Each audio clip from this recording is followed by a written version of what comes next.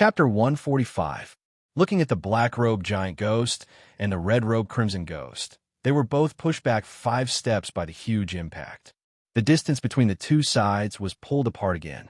The black-robed giant ghost turned his head and put on a furious expression, as if he didn't believe that his opponent could withstand his upward slash. The red-robed crimson ghost was the same. He gritted his teeth and glared at the black-robed giant ghost. It was a great shame that he didn't smash the black-robed giant ghost into pieces. Swoosh! The black-robed giant ghost raised the black wind saber and held it with both hands instead of one hand. As he gripped the saber with both hands, the black wind saber's blade suddenly expanded from 20 feet to 30 feet in an instant. Seeing this, the red-robed Chi-Gui did not fall behind at all. He turned his wrists and combined the 2 scarlet gold hammers together. With a buzzing sound, the 2 scarlet gold hammers connected and a red light burst out.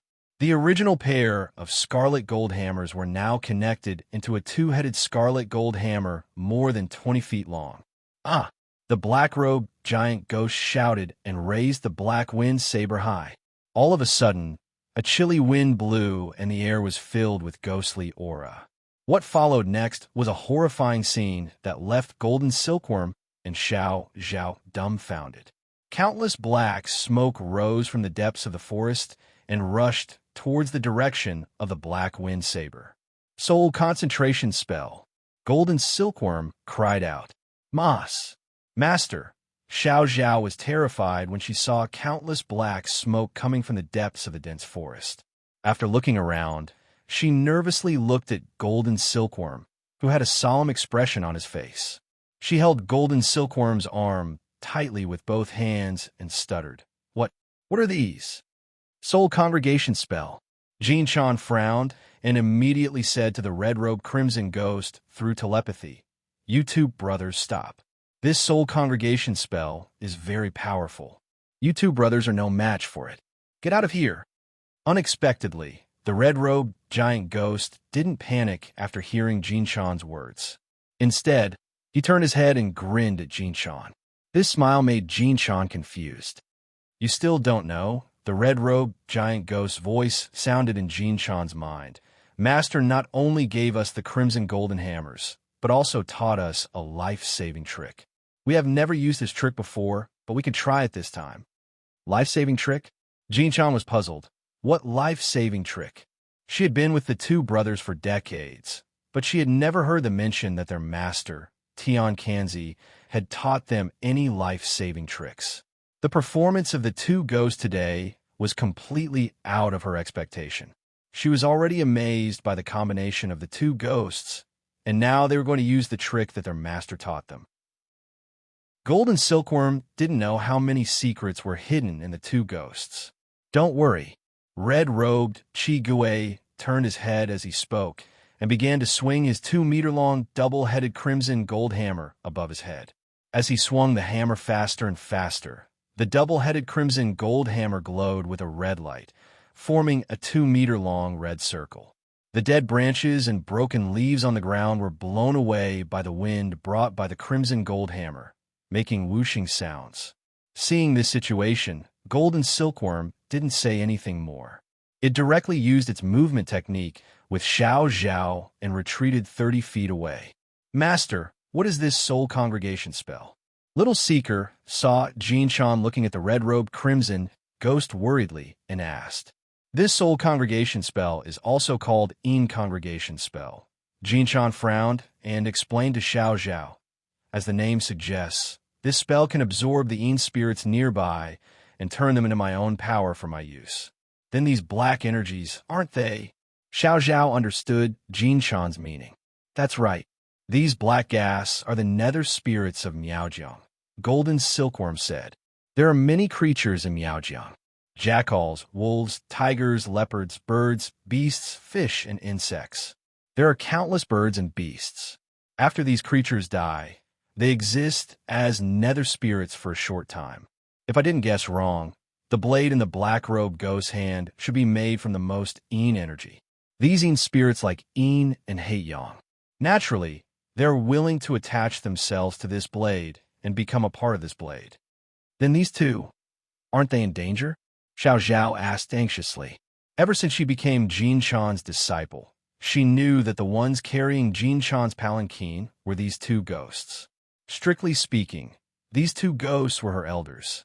However, Xiao Zhao didn't know how to address them. Should she call them Martial Uncle? No, these two ghosts didn't become Tian Kanzi's disciple. They were only taken in by Li Hua Palace. However, it wasn't right to not call them Martial Uncle. Although they didn't formally become Tian Kanzi's disciples, these two ghosts had kowtowed to their grandmaster. They entered the sect earlier than Jin Shan. Strictly speaking, they were of the same generation as their master, Jin Shan, so they should call them Martial Uncle. Xiao Zhao was in a dilemma.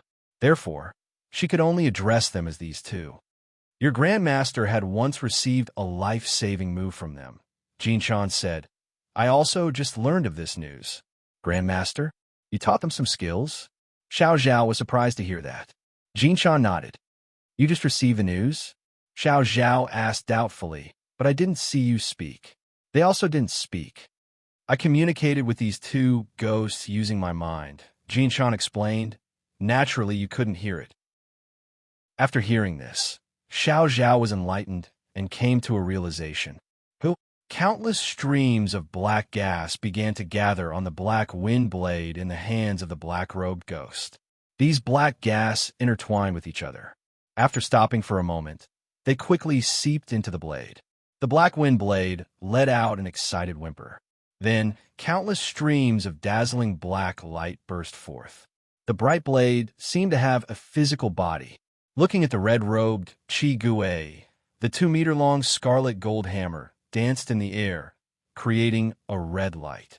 What was even more inconceivable was that as the scarlet gold hammer danced faster and faster, countless spiraling red lights descended from the sky. The red lights were thick and thin. The thick ones were as thick as a bowl, and the thin ones were as thick as chopsticks. These red lights snaked down and all gathered on the scarlet gold hammer in the hands of the red-robed Qi Gui.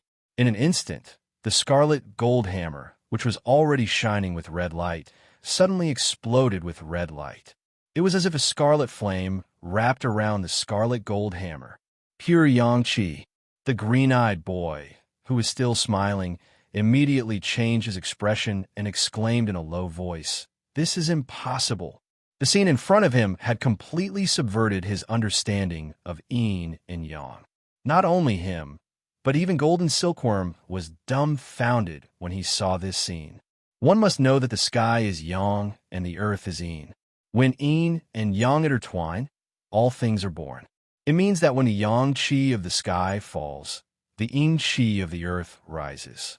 When the yin and yang qi intertwine, all things are born. Wind, frost, rain, snow, clouds, lightning, and then all living things are born. Among the three, heaven is the most yang. The most yang is the immortal. The most yin is the ghost. And the human is the twin of yin and yang. The male is yang and the female is yin. It is common sense that yin and yang mutually reinforce and counteract each other. However, the scene in front of them puzzled them. The red-robed Qi Gui was the most yin, but the red light that fell from the sky was the pure yang qi. When the yin meets the yang, it is like fire meeting water. It is like water and fire are incompatible. However, the truth is the opposite. Not only did the red light of the yang qi not cancel out with the red-robed Qi Gui of the yin qi, but they depended on each other. Yin and yang complemented each other. Yin and yang complemented each other. Jin Shan frowned and began to think hard about the reason. The green-eyed boy also fell into deep thought. He kept recalling the knowledge that his master, the Dongying Ghost King, taught him see if there was any mention of the method of yin and yang complementing each other. Could it be? Jin Shan suddenly remembered something. When her master, Tian Kanzi, gave the two ghosts to Jin Shan, he said that the two ghosts had received 2 drops of blood from his middle finger. They could come and go freely, regardless of day or night. If you have any errands in the future, just let them do it. Her master, Tian Kanzi, had a profound cultivation base. The blood from the middle finger was the most yang blood in the human body. The two ghosts had received her master's yang qi. Naturally, They were different from ordinary ghosts. In addition, she often taught the two ghosts how to cultivate qi. The two ghosts' physique was no longer the most yin, but the combination of yin and yang. Simply put, they had the characteristics of ghosts and the characteristics of humans. When Golden Silkworm thought of this, it finally understood the mystery. Could it be? The green-eyed boy was suddenly enlightened. His master had once told him that not all ghosts were things of extreme yin. One had to know that humans had 3 spiritual souls and 7 physical souls, and souls were divided into yin soul, yang soul, yin soul, and yang soul. In layman's terms, the soul after a normal death belonged to yin. However, if the body didn't die but the soul left the body due to external forces, it belonged to yang. Of course, there were exceptions. If the yin soul was nourished by the most yang object by chance, then its physique would change. The reason why the red-robed giant ghost could complement each other with yin and yang was none other than these 2 reasons. However, from the cultivation base of the 2 ghosts, it would take at least a few decades to cultivate. It was impossible for the soul to leave the body for a few decades. Thus, the first possibility was ruled out. Then, there was only the second possibility left. The red-robed qi ghost had been nourished by the most yang object. Now, he no longer had the most yin body. In addition to the rising yang qi from the crimson golden hammer, it was still unknown who would emerge victorious in this battle. Yeah, the black-robed giant ghost was ready to attack. The black wind blade that was 3 feet long flashed with black light. The yin qi was threatening. Who? The red-robed qi ghost wielded the double-headed crimson golden hammer faster. On the crimson golden hammer, there was a red light flowing. It was dazzling. One was the black-robed giant ghost that gathered yin. The black wind blade was shining with black light. The other was the red-robed qi ghost that had the most yang in his hand. The crimson golden hammer was shining with red light. Chapter 146. Sutta, Japanese kill. Echoing in the air, the black-robed giant ghost screamed and jumped up a few dozen feet. He raised the black, glowing black wind blade above his head and then quickly chopped down at the red-robed crimson ghost. Swish! The 3 feet long black wind blade dragged a long black tail, as if it was going to cut Yi Kong in half. Kill! The red-robed crimson ghost roared. His body moved, and a red shadow instantly pounced on the black-robed giant ghost. The red giant robe and the red glowing crimson golden hammer rushed up a high speed like a meteor. Boom! A huge sound came. In the air, a black and a red shadow collided together. Swish! The shockwave appeared once again. This time, the shockwave was several times more powerful than the previous one. The black and red shockwave expanded rapidly in the air, stirring up strong winds that shook the towering trees on the ground violently. Many young trees were even uprooted. Whoosh! The ground was suddenly stirred up by the wind. Gravel, dirt, dead branches, and leaves flew up in an instant. The green-eyed boy flipped his hand, and the gray cloak on his body that was fluttering in the wind instantly calmed down. The gale that swept away the dead branches and broken leaves changed direction instantly and bypassed him. Golden Silkworm waved his sleeves against the gale in front of him, and the gale also bypassed Golden Silkworm and rushed in other directions. In the twinkling of an eye, the dead branches and broken leaves formed a circle 3 feet around the 2 people. Outside the circle, the ground was in a mess, but inside the circle, everything was as good as before.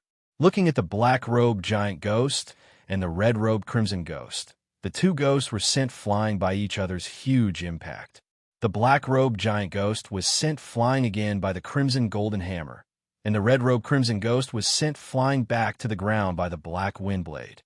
Boom! The red-robed crimson ghost's huge feet stomped on the ground, leaving 2 half-foot deep footprints. The black-robed giant ghost slowly landed and looked at the red-robed crimson ghost in disbelief. The red-robed giant ghost's face was also full of surprise, as if he couldn't believe that the opponent could actually take his trump card. The 2 ghosts looked at each other and didn't make another move. Both sides had already brought out their strongest strength, but the result was still a draw. There was no point in continuing to fight. I didn't expect your Crimson Ghost to have such combat strength. The green-eyed boy, who had been silent all this time, spoke at this time. Since my Black Wind Blade was born, I have never used a second blade. Today, your Crimson Ghost can actually withstand the Black Wind Thousandine Slash. It's really impressive. Your four-faced ghost isn't bad either, Jinshan said honestly. Using ghosts to control ghosts, and being able to use your own ghostly power to mobilize spirits for my use. You've really opened my eyes. Since we're tied in the Ghost Dao, there's no point in continuing to fight like this.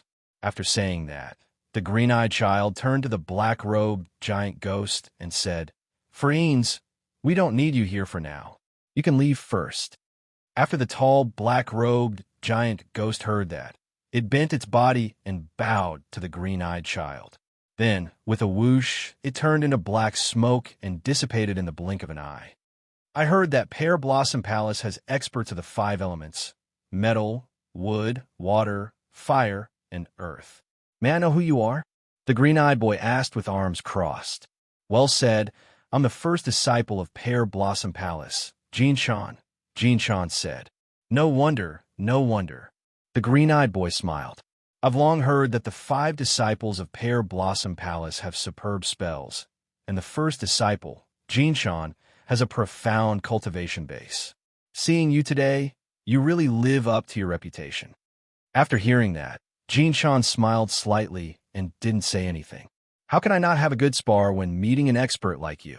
Don't you think so? The green-eyed boy said with a smile. Why? You still haven't given up? Jinshan asked with a smile. I want to see how powerful the legendary Jinshan is, the green-eyed boy said with a smile. I can only know by personally experiencing it. I advise you to leave Miaojiang as soon as possible.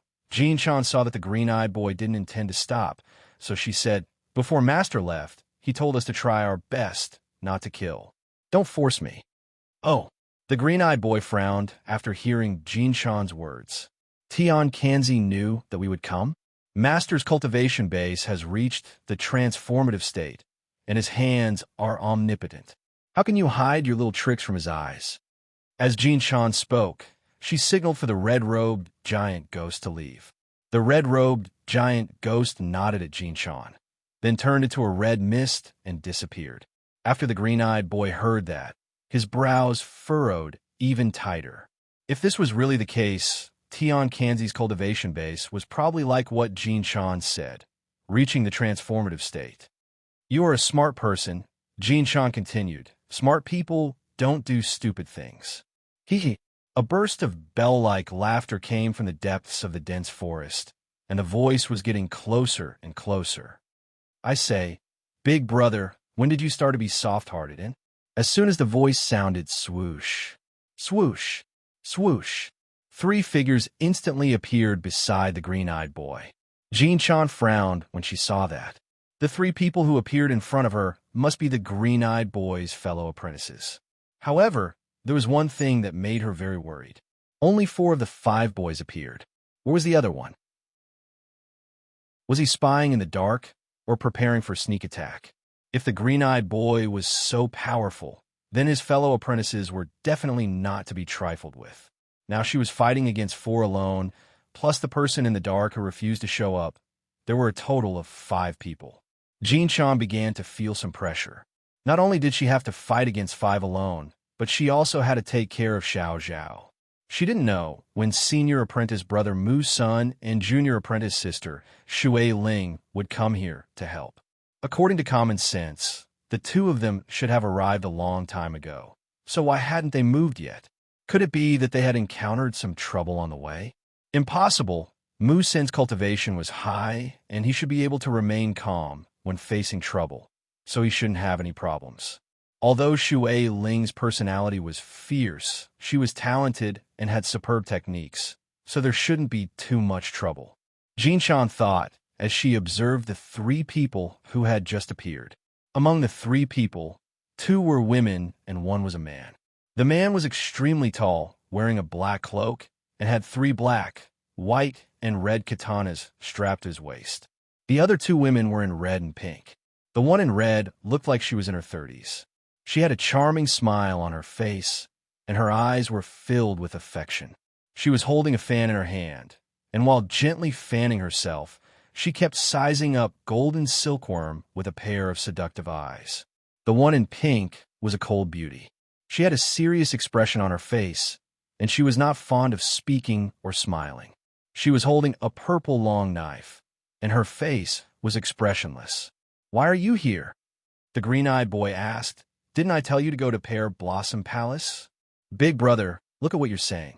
The red-clothed woman next to the blue-eyed boy smiled charmingly and used the fan in her hand to hit the blue-eyed boy. She opened her red lips and said, "Aren't we here to help you?" Chapter 147. Tisk, tsk, the woman in red laughed. "We've been watching from the side for a long time. Big brother and this woman have been fighting for a long time. Why haven't I seen you use your blade? Could it be that you have tender feelings for the fair sex?" And, ha ha ha, the woman in red started giggling again. The green-eyed boy looked at the woman in red with disgust and ignored her. He turned to ask the girl in pink, "Haruko, where's the fifth brother? Why don't I see him?" "Fifth brother didn't come. He said he wanted to find Pear Blossom Palace."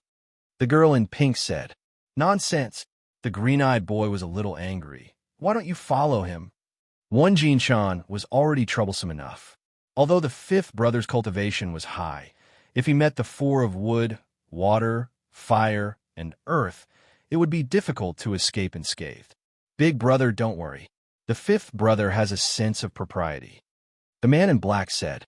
After the green-eyed boy heard, he nodded. Although he was the head of the five boys, in terms of strength, he could only be ranked second. Although the fifth brother entered the sect late, his strength was above the four of them. The reason was simple. The fifth brother was not human at all.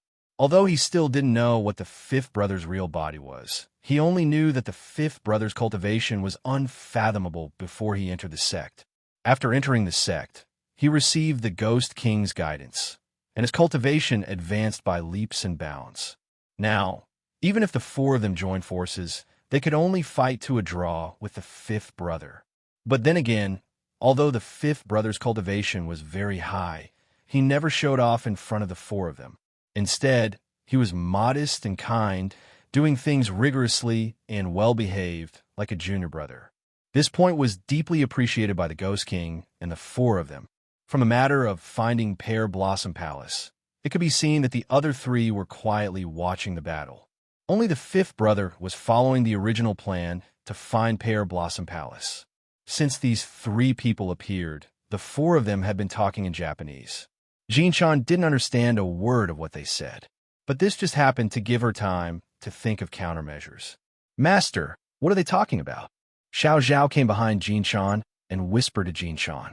After eating the leaf that Jinshan gave her, she had recovered a lot of strength. "It's Japanese. I don't understand it either," Jinshan whispered. "Master, they have a lot of people. Why don't I inform the other martial uncles?" Xiao Zhao said, "It's impossible for your martial uncles to not know about such a big commotion here," Jinshan said. "However, your martial uncle Hua and martial uncle Tu have to guard Pear Blossom Palace to prevent others from taking advantage of the situation and can't rush over. Your martial uncle Shui and martial uncle Mu should already be on their way here. But what if they attack before the two martial uncles arrive?" Xiao Zhao saw that there was a huge difference in the number of people on both sides and was a little worried about her master. Different situations call for different measures. Jinshan said with a solemn expression, "In a while, once we start fighting, I won't have the time to take care of you. I've already instructed the two ghosts to bring you back to Pear Blossom Palace before we start fighting. Your two martial uncles are guarding there, and there's a barrier that can guarantee your safety." "Master, I'm not leaving." When Xiao Zhao heard that her master wanted the two ghosts to take her away, she immediately panicked. "I want to fight side by side with Master." "Silly disciple, you'll distract me if you're by my side." Jinshan patted Xiao Zhao's hand and said, "I'll only be able to fight freely when you're not here. But they have a lot of people." "Master, you're alone." Xiao Zhao knew that she would only be a burden to her master if she was here, but she really couldn't bear to let her master fight alone. Don't worry, Master will be fine. Jinshan knew that Xiao Zhao was worried about her safety and said with a smile, "Don't talk about your two martial uncles coming later. Even if I'm alone, I'll be able to hold my own, let alone take care of your two martial uncles." Io, TSK, TSK, TSK. The red-clothed woman opposite them swayed her hips as she walked out. As she sized up Jinshan and Xiao Zhao, she gently waved the fan in her hand. "Hold my own? That's some big talk. What, you don't believe me?" Jinshan said as she turned around and looked at the red-clothed woman with a smile. "You and eldest senior brother only fought to a draw just now," the red-clothed woman said as she walked towards Jinshan. "Now there are four of us. You and that useless little girl. How can you win?" Tisk. Wherever the red-clothed woman passed, all the weeds instantly emitted green smoke and withered. It wasn't just the weeds. Even the little insects hiding underground crawled out of the hole in an instant. As soon as they got out of the hole, they immediately flipped over and died. In the blink of an eye, the ground was covered with corpses of withered weeds and insects, and it seemed to be getting more and more intense. Humph. Jinshan laughed disdainfully after seeing this. "This move of yours can only bully those little insects." "Humph. You're still so stubborn when you're about to die," the red-clothed woman said as she waved the fan in her hand at Jinshan. A gust of fragrant wind blew over. Wherever the fragrant wind passed, all the flowers and trees immediately withered and their leaves fell. "Insignificant skill," Jinshan said as she waved her long sleeves. Whoosh! A strong gust of wind rose up, carrying the soil and stones on the ground and blowing away the fragrant wind. The red-clothed woman didn't show any weakness. Seeing that Jinshan's wind was strong, she waved the fan in her hand again. Whoosh! A strong gust of wind also rose up in an instant, rushing straight towards Jinshan's wind. Boom! The two gusts of wind collided together, and smoke and dust scattered everywhere. Swish! Before the smoke and dust dispersed, a white sword light instantly rushed out from within, heading straight for Jinshan. Jinshan frowned. She pulled Xiao Zhao with her and moved a foot to the left to avoid the sword energy. Kacha! The sword energy directly split the large wooden stake behind Xiao Zhao into two. What a fierce sword technique. "Junior brother, I'm having a good fight. Why are you interfering?" After the smoke and dust dispersed, the red-clothed woman looked at the man who was holding a white sword and wearing a black cloak and asked in Japanese. "I'm just afraid that senior's sister is in danger. I'm just itching for a fight," the tall man in the black cloak said. "You stay here obediently. I don't need you," the red-clothed woman said to him coldly. "Why are you so fierce? Am I not being kind?" The tall man seemed to be a little wronged. "Shut up," the red-clothed woman shouted. The tall man immediately shut up. "Come, let's continue," the red-clothed woman said to Jinshan with a smile. She was very polite to her. Jinshan didn't answer. She just crooked her finger at the red-clothed woman. Her meaning was very simple. "Bring it on." The woman in red laughed. As she laughed, she raised the fan in her hand again. The beautiful woman embroidered on the fan, who had her eyes closed, immediately opened her eyes. Her eyes flashed with a green light. It was very strange. As the green light in the eyes of the woman became brighter, the red-clothed woman laughed more and more happily. The red-clothed woman laughed. Then, she slashed the fan in her hand down. A huge green beam of light struck straight at Golden Silkworm. Green light, slash of palace girl. Under the green light, the red-clothed woman couldn't stop laughing. Jinshan's face was calm. She stood there quietly and didn't make any movements. Boom! A huge sound was heard. The place where Jinshan was standing was suddenly filled with smoke and dust. The green light cut a hole more than a foot deep in the ground. The red-clothed woman laughed and took back the fan. She shyly covered her mouth with the fan. "You really can't take a hit." Senior sister is senior sister. You're still so powerful." At this time, The tall man in the black cloak didn't forget to take this opportunity to flatter. As he spoke, he looked at the red-clothed woman greedily. His saliva was about to flow out. "Oomph, that goes without saying." The red-clothed woman rolled her eyes at him and laughed. Among the four people, only the blue-eyed boy and the pink-clothed woman didn't speak. Not only were they not happy, they were frowning. This Jinshan wasn't so easy to deal with. When they saw that Jinshan was just standing there quietly, they knew that the red-clothed woman's attack wouldn't succeed. Because in Jinshan's eyes, there was a murderous intent. Sure enough, as the dust gradually dispersed, the place where Jinshan was standing was empty. Not only Jinshan, even Xiao Zhao had disappeared. When the red-clothed woman saw this scene, she immediately stopped laughing. Her face was full of shock. She directly rushed to the place where Jinshan was, as if she couldn't believe the scene in front of her. "Junior sister, be careful." The woman in red was puzzled when she suddenly heard the green-eyed boy calling her. Before she could react, a shadow rushed in front of her in an instant, followed by a heavy slap on her face. "Pah!" A clear sound was heard. The red-clothed woman was sent flying by this slap. Looking at the opposite side, the calm Jinshan was patting the dust on her hands back and forth. She was looking sideways at the red-clothed woman. Behind her was Xiao Zhao, who was covering her mouth and laughing. Chapter 148. Swoosh! Seeing that the woman in red was slapped away by Jinshan, the tall man in the black cloak quickly moved and caught the woman in red before she fell to the ground. "Senior sister, are you okay?" The tall man hurriedly asked as he checked the woman in red's injury. There was a bloody palm print on the left side of the woman in red's face. "Baka!" The woman in red saw that she was slapped in the face, and her almond-shaped eyes turned vertical as she burned with anger. She pushed the tall man away and activated the fan in her hand again, ready to take revenge for this slap. However, at the moment when she made her move, the tall man reached out and grabbed the woman in red's arm. "What are you doing? Let go!" The woman in red saw that the tall man was blocking her and shouted, "Senior sister, you rest first." "Let me do it." The tall man said, "You're injured. Let senior sister Haruko heal you. You're no match for her. Don't embarrass master anymore." Green-Eyed Child spoke. After hearing Green-Eyed Child's words, the woman in red gave Jinshan a hateful look. She broke free from the tall man's hand and walked back. The woman in pink saw this and immediately took out a small medicine bottle. She poured out some paste and applied it to the woman in red's face. "You've gone too far," the tall man said coldly. "It's an insult to people. She's asking for it." Jinshan said calmly.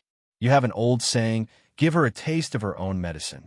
As the tall man said this, he suddenly used his movement skill, and a shadow went straight for Jinshan. Jinshan saw this and was slightly surprised. She did not expect that this person not only had a sharp knife skill, but also a powerful movement skill. He closed the distance of 3 feet in a blink of an eye. She saw that the person was not friendly and quickly used her movement skill and leaped into the air. However, Jinshan made a wrong judgment this time. After the tall man saw that Jinshan had leaped into the air, he did not change his direction and continued to pounce on her. His target was not Jinshan, but Xiao Zhao. Not good. Jinshan, who was already in mid-air, understood the tall man's intention. She paused for a moment and immediately used her movement skill again. She quickly descended from the sky and rushed towards the tall man. The corners of the green-eyed boy's mouth curled into a smile. The woman in red was the same. She looked as if she had gotten her revenge. The two of them already knew Old Third's intentions. The terrified Xiao Zhao was at a loss for what to do. She saw that the tall man didn't change his direction and was rushing toward her. She immediately understood his intentions. She hurriedly turned around and used her movement technique to avoid him. The tall man's intentions were clear. He wanted to use her to threaten her master. No matter what, she couldn't fall into his hands. Xiao Zhao was in the front, the tall man was in the middle, and Jinshan was behind him. A competition of movement skills began. Among the three of them, Xiao Zhao's speed was the slowest. The tall man arrived behind Xiao Zhao in an instant. The distance between the two of them was less than a foot, and because Jin Chan was delayed in midair, she was still 5 feet away from the tall man. No matter what, she wouldn't be able to catch up with him. Jin Chan was quick-witted. With a flip of her hand, a piece of mulberry leaf appeared in her hand. This leaf was originally used by her to feed the Jin Chan in the bamboo basket. It was very rare. Now that it was a matter of life and death, she couldn't care about anything else. She concentrated her energy, and with a flick of her hand, a green shadow flew towards the back of the tall man's head. In this way, the tall man would definitely protect himself first. Naturally, he wouldn't have the time to make a move against Xiao Zhao. The mulberry leaf had already flown to the back of the tall man's head. At this time, a swoosh sound was heard. A green glow appeared from above and cut off that piece of mulberry leaf in an instant. Jin Chan frowned and suddenly raised her head. She saw that high up in the sky, the green-eyed boy was holding a green battle sword high above his head. Then, he suddenly slashed down in her direction. Swoosh! A huge green arc of light was emitted from the green-eyed boy's battle sword and went straight towards Jin Chan. After Jin Chan saw this, her face was full of anger. This clearly showed that he wanted to delay time and then capture Xiao Zhao to threaten her. Seeing that the green arc of light was about to reach her, Jin Chan had to use her movement skills to change her direction and avoid the sword chi. At the same time, Jin Chan secretly mobilized the two ghosts and let them save Xiao Zhao. Boom! The green sword light rushed into the ground. A hole more than 3 feet long and 5 feet deep was visible. With Jin Chan's thought, the two ghosts instantly appeared beside Xiao Zhao. Swoosh! After appearing, the two ghosts grabbed Xiao Zhao's arms. At the moment when the tall man's fingers touched Xiao Zhao's back, they lifted Xiao Zhao off the ground and flew into the sky. However, the green-eyed boy was already prepared. The moment the two ghosts appeared, he also flipped his hand and summoned the black-robed giant ghost to wait in the air. Seeing that the two ghosts had lifted Xiao Zhao into the air, the green-eyed boy's hand seals changed. The black-robed giant ghost suddenly rushed down to snatch Xiao Zhao. When Jin Chan saw this, she immediately flew up again to support the two ghosts. The two ghosts had not merged yet and were carrying Xiao Zhao. They were no match for the black-robed giant ghost. At the same time that Jin Chan's figure flew up, she flipped one hand, and a red talisman appeared in her hand immediately. She instantly crumpled the red talisman into a ball. With a force in her hand, she threw the red talisman ball at the black-robed giant ghost. Whoosh! Just as the red talisman ball left her hand, it instantly turned into a red ball of light and went straight for the black-robed giant ghost. Scorching Sun Talisman. The green-eyed boy's expression changed when he saw the red talisman. He hurriedly changed his hand seals again and ordered the black-robed giant ghost to dodge. The Scorching Sun Talisman's yang energy was extremely strong. If ordinary ghosts were hit by this talisman, they would instantly vanish in a thin air. No matter how powerful the black-robed giant ghost was, it would be greatly injured if it was hit by this Scorching Sun Talisman. Swoosh! After the black-robed giant ghost received the order, it immediately transformed into 4 malicious ghosts. While avoiding the red ball of light, it split into 2 groups to fight the 2 ghosts. As the 2 ghosts had a free one hand to support Xiao Zhao, they could only use one hand to deal with 2 malicious ghosts. The situation was in a deadlock. Looking at the green-eyed boy again, when he saw Jin Chan rushing toward the 2 ghosts without slowing down, he immediately moved and rushed toward Xiao Zhao. No matter what, he had to capture this lass. With her in his hands, he was not afraid that Jin Chan would not listen to him. After the tall man on the ground failed, he did not stop. He tapped the ground with the tip of his foot and changed direction. He also rose from the ground and pounced towards Xiao Zhao, who was in midair. In the blink of an eye, the green-eyed boy, Jin Chan, and the tall man were all rushing toward Xiao Zhao. As for the 2 ghosts, they were being held back by the 4 malicious ghosts in pairs and did not have time to merge. Swoosh! Jin Chan and the green-eyed boy arrived in front of Xiao Zhao almost at the same time. When the two met, They did not say much, and each made their moves. The green-eyed boy held his saber horizontally and slashed at Jinshan. Jinshan's figure changed, and after dodging the saber, she sent a palm strike towards the green-eyed boy's face. The green-eyed boy only felt a domineering force coming towards him. He did not dare to be negligent. He raised his saber again and slashed at this invisible force. Chapter 149. The green-eyed boy did not expect that the seemingly weak Jinshan would have such great strength. She was able to force him to take 5 steps back with a single palm strike. If she were to hit a person, wouldn't he die on the spot?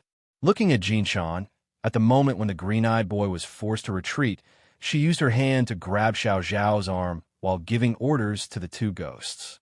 You 2 brothers go and deal with the 4 ghosts. Leave Xiao Zhao to me. Jinshan's words sounded in the ears of the 2 ghosts. Swish! The 2 ghosts released their hands at the same time after receiving Jinshan's order. Once their hands were released, the situation of the 4 ghosts, who had a slight advantage earlier, immediately changed. If it was a one-handed fight, the 2 ghosts would probably be on par with them. However, if they were to go all out, the 4 ghosts were no match for the 2 ghosts at all. Swish! The tall man's figure was less than 10 feet away from Jinshan. At this moment, he already had a long saber in his hand. Under the shadow, the white saber cut through the air and made a hissing sound. Go! As Jinshan spoke, she flicked her sleeves at the tall man. A strong wind rushed straight down. Then, Jinshan used her movement technique and brought Xiao Zhao back to the ground with a flash. Seeing the strong wind coming, the tall man immediately slashed with his long saber and broke the strong wind. On the other side, the 4 ghosts had already combined into a black-robed giant ghost. The black wind saber in his hand was filled with black gas.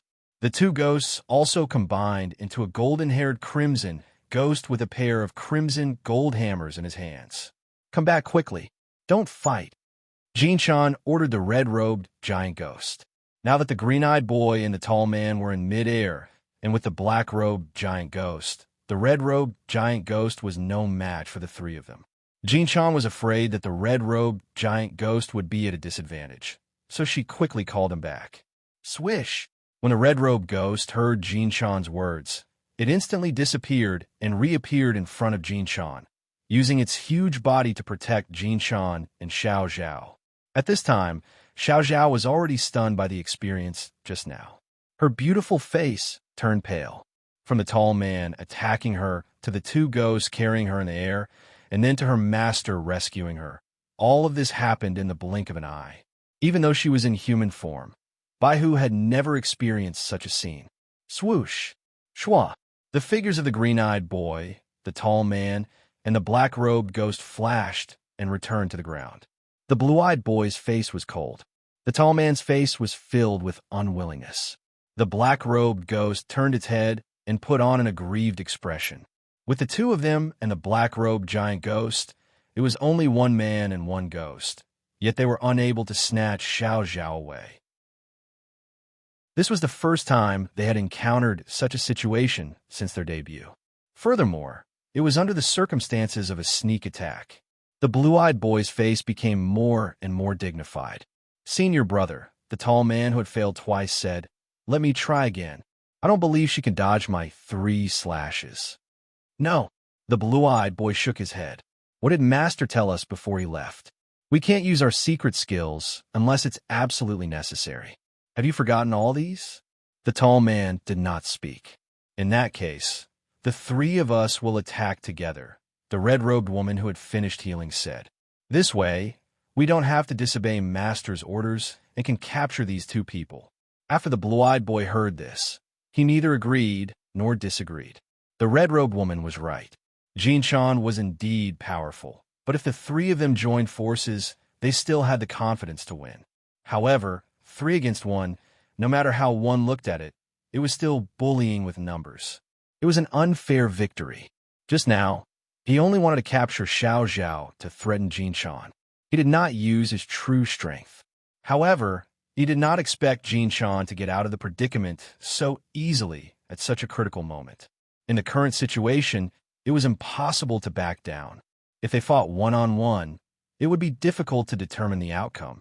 Master did not allow them to use their secret skills easily. If they attacked as a group, they were afraid they would be cursed for bullying with numbers. If they retreated, wouldn't that be admitting defeat? The blue-eyed boy was caught in a dilemma. You brothers, quickly bring Xiao Zhao back to Pear Blossom Palace. Jin Chan said to the two ghosts telepathically. Tell Junior Brother Hua and Junior Brother 2 to prepare to face the enemy. Xiao Zhao. After Jin Chan instructed the two ghosts, she turned to Xiao Zhao and said, Go with the two ghosts. I'll deal with this. Master, let's go, Jin Chan said to the two ghosts. After the red-robed ghost heard this, he immediately came to Xiao Zhao's side. He reached out and carried Xiao Zhao, disappearing instantly. Eldest senior brother, the red-robed woman, saw the red-robed Qi Gui take Xiao Zhao away and immediately said, Qi Gui has left. She's all alone. If we don't capture her, we'll definitely miss the opportunity. The blue-eyed boy thought for a moment after hearing this, then nodded. All right. Seeing the blue-eyed boy agree, the tall man immediately raised the white battle saber in his hand and said, Eldest senior brother, senior sister, let's go. This time, I want you to pay me back double. The red-robed woman said as she began to activate the lady fan in her hand. Instantly, a green light shone brightly. The blue-eyed boy narrowed his eyes and also gripped the battle saber in his hand tightly, ready to attack. Jin Chan did not dare to be negligent. She flipped her hand, and a golden dagger appeared in her hand. Master said that if the person who came was stubborn, there was only one word, kill. 4 against 1. Aren't you guys a little too shameless?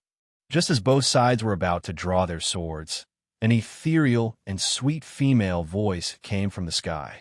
Asterisk schwa.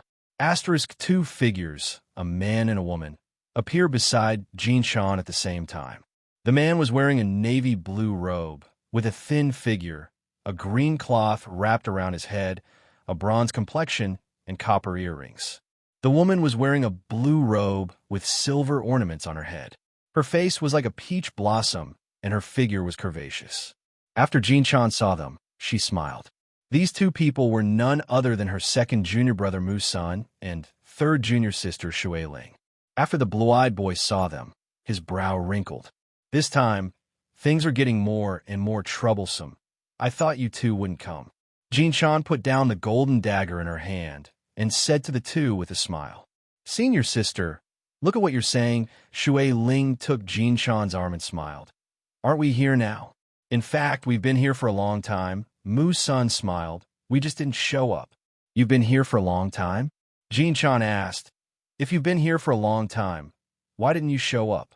Just now. She had been busy fighting the enemy and saving Xiao Zhao, so she hadn't paid attention to her surroundings. You can ask junior sister Shui. It was all her idea. Mu Sun glanced at Shui Ling and said, What do you mean? Jin Chan looked at Shui Ling with a smile on her face. You talk too fast. Shui Ling rolled her eyes at the innocent Mu Sun before turning to Jin Chan and saying with a smile, I haven't seen senior sister for such a long time. I don't know how much senior sister's cultivation has grown, but after discussing it with senior brother Mu, we decided to hide in a nearby tree to see how powerful senior sister has become. No. World, don't listen to her nonsense. Mu Sun quickly waved his hand after hearing this. Junior sister Shui didn't discuss with me. She insisted on dragging me to see what realm senior sister's flying knife has reached. It has nothing to do with me. After Jin Chan heard this, she smiled and squinted at Shui Ling. Is what Mu Sun said true? Chapter 150. Mu Sun let out a long sigh. Although he was the second senior brother, for his third junior sister, Shui Ling, this was even more difficult to bear than him. You. Jin Chan poked Shui Ling's head with her finger and smiled. Even at this time, you're still so playful. When Master comes back, see if I don't tell him. No. Senior sister, I was wrong, okay? Shui Ling hurriedly said. You're a great person. Please don't tell Master. Senior sister, you rest first. I'll teach these guys who don't know the immensity of heaven and earth a lesson for you. Saying so, Shui Ling strode forward, rolling up her sleeves and placing her left hand on her waist. Shui Ling pointed her right hand at the blue-eyed boy and the others, shouting like a shrew, "Hey, that kid, that big guy, that one who's looking for a beating, that one who doesn't say anything, and that two-skinned black ghost, no, for skin black ghost, what the hell do you want? Ah, you dare bully my senior sister. Do you not want to live anymore?" Saying so, Shui Ling glanced back at Jin Shan and winked at Jin Shan, as if she was venting her anger for Jin Shan. "I'll tell you, hurry up and go back to where you came from." Shui Ling became more and more agitated. "That kid, go home and find your mother. That big idiot, go home and work as a laborer. That one who doesn't say anything, go back to the brothel and sell your body. That one who doesn't say anything, you're not bad, go home and get married. As for that foreskin black ghost, you can go with that kid to the streets. Those foreskin black faces will definitely make a lot of money." Shui Ling's words were like a string of cannons, and in the blink of an eye, she had arranged a proper arrangement for them. Among the four people, with the exception of the pink-robed woman who was still expressionless, all of them were gnashing their teeth as Shui Ling scolded them, their faces alternating between blue and white. Even the black-robed giant ghost let out a grunt and glared fiercely at Shui Ling Baka. The tall man became flustered and exasperated, taking the initiative to attack. Brandishing his saber, he activated his movement skill and rushed toward Shui Ling. When Shui Ling first appeared, he was completely dumbfounded, saliva dripping from his mouth. However, he did not expect that this stunning beauty was a sharp-tongued person. She actually scolded him as an idiot and asked him to go back to work as a coolie. Since he was born, he had only bullied others. No one had ever bullied him. This made him angry. He did not care about the consent of the green-eyed child and directly attacked. Shua! The tall man charged towards Shui Ling with his shining white sword in hand. "What's wrong? You won't listen to me?" Shui Ling smiled. "Then don't blame this ant for being impolite. I don't have the good temper of eldest senior sister." Saying so, Shui Ling stretched out her right hand's index and middle finger, pointing towards the spot where the tall man was about to land. Boom! The ground bulged, and then a white water column as thick as a water bucket broke out of the ground and soared into the sky. Before the tall man could understand what was going on, he felt a strong force coming from under his feet. Then his body was lifted straight up by a thick water column and rushed into the air. "Fourth brother!" The green-eyed child and the others hurriedly shouted. But with the sound of the water, the tall man could not hear their shouts at all. In the blink of an eye, the thick water column had rushed from the ground to a height of several hundred meters in the air. "Coming all the way here to wash you clean, huh?" Shui Ling put her hand over her eyes and teased the tall man while looking up at the sky. The tall man was soaked from head to toe by the sudden appearance of the water column. At the top of the water column, the high-speed rotation of the water column made it impossible for him to stabilize himself, so he could only sit there and spin back and forth. At this time, he was spinning around dizzily. He wanted to stand up, but in the water, there was no place to borrow strength, and with the water column's rotation, he was unable to get up. Boom! Just as Shui Ling was enjoying herself, a huge blue arc of light suddenly shot out from left to right, cutting straight towards the thick pillar of water. Suddenly, water splashed everywhere, sparkling and translucent. It turned out that when the green-eyed child saw that his junior brother was trapped, he hurriedly used his saber skill, wanting to cut the water column with his saber chi, but water was originally an invisible thing. So how could it be cut? After the blue arc of light rushed into the water column, it immediately broke through the water from the other side, but the thick water column was still spinning, completely unaffected by the green-eyed child's saber chi. After the green-eyed child saw this, he was dumbfounded. Ha ha ha! Shui Ling looked at the dumbfounded, cyan-eyed little boy and giggled. "You really are an interesting person.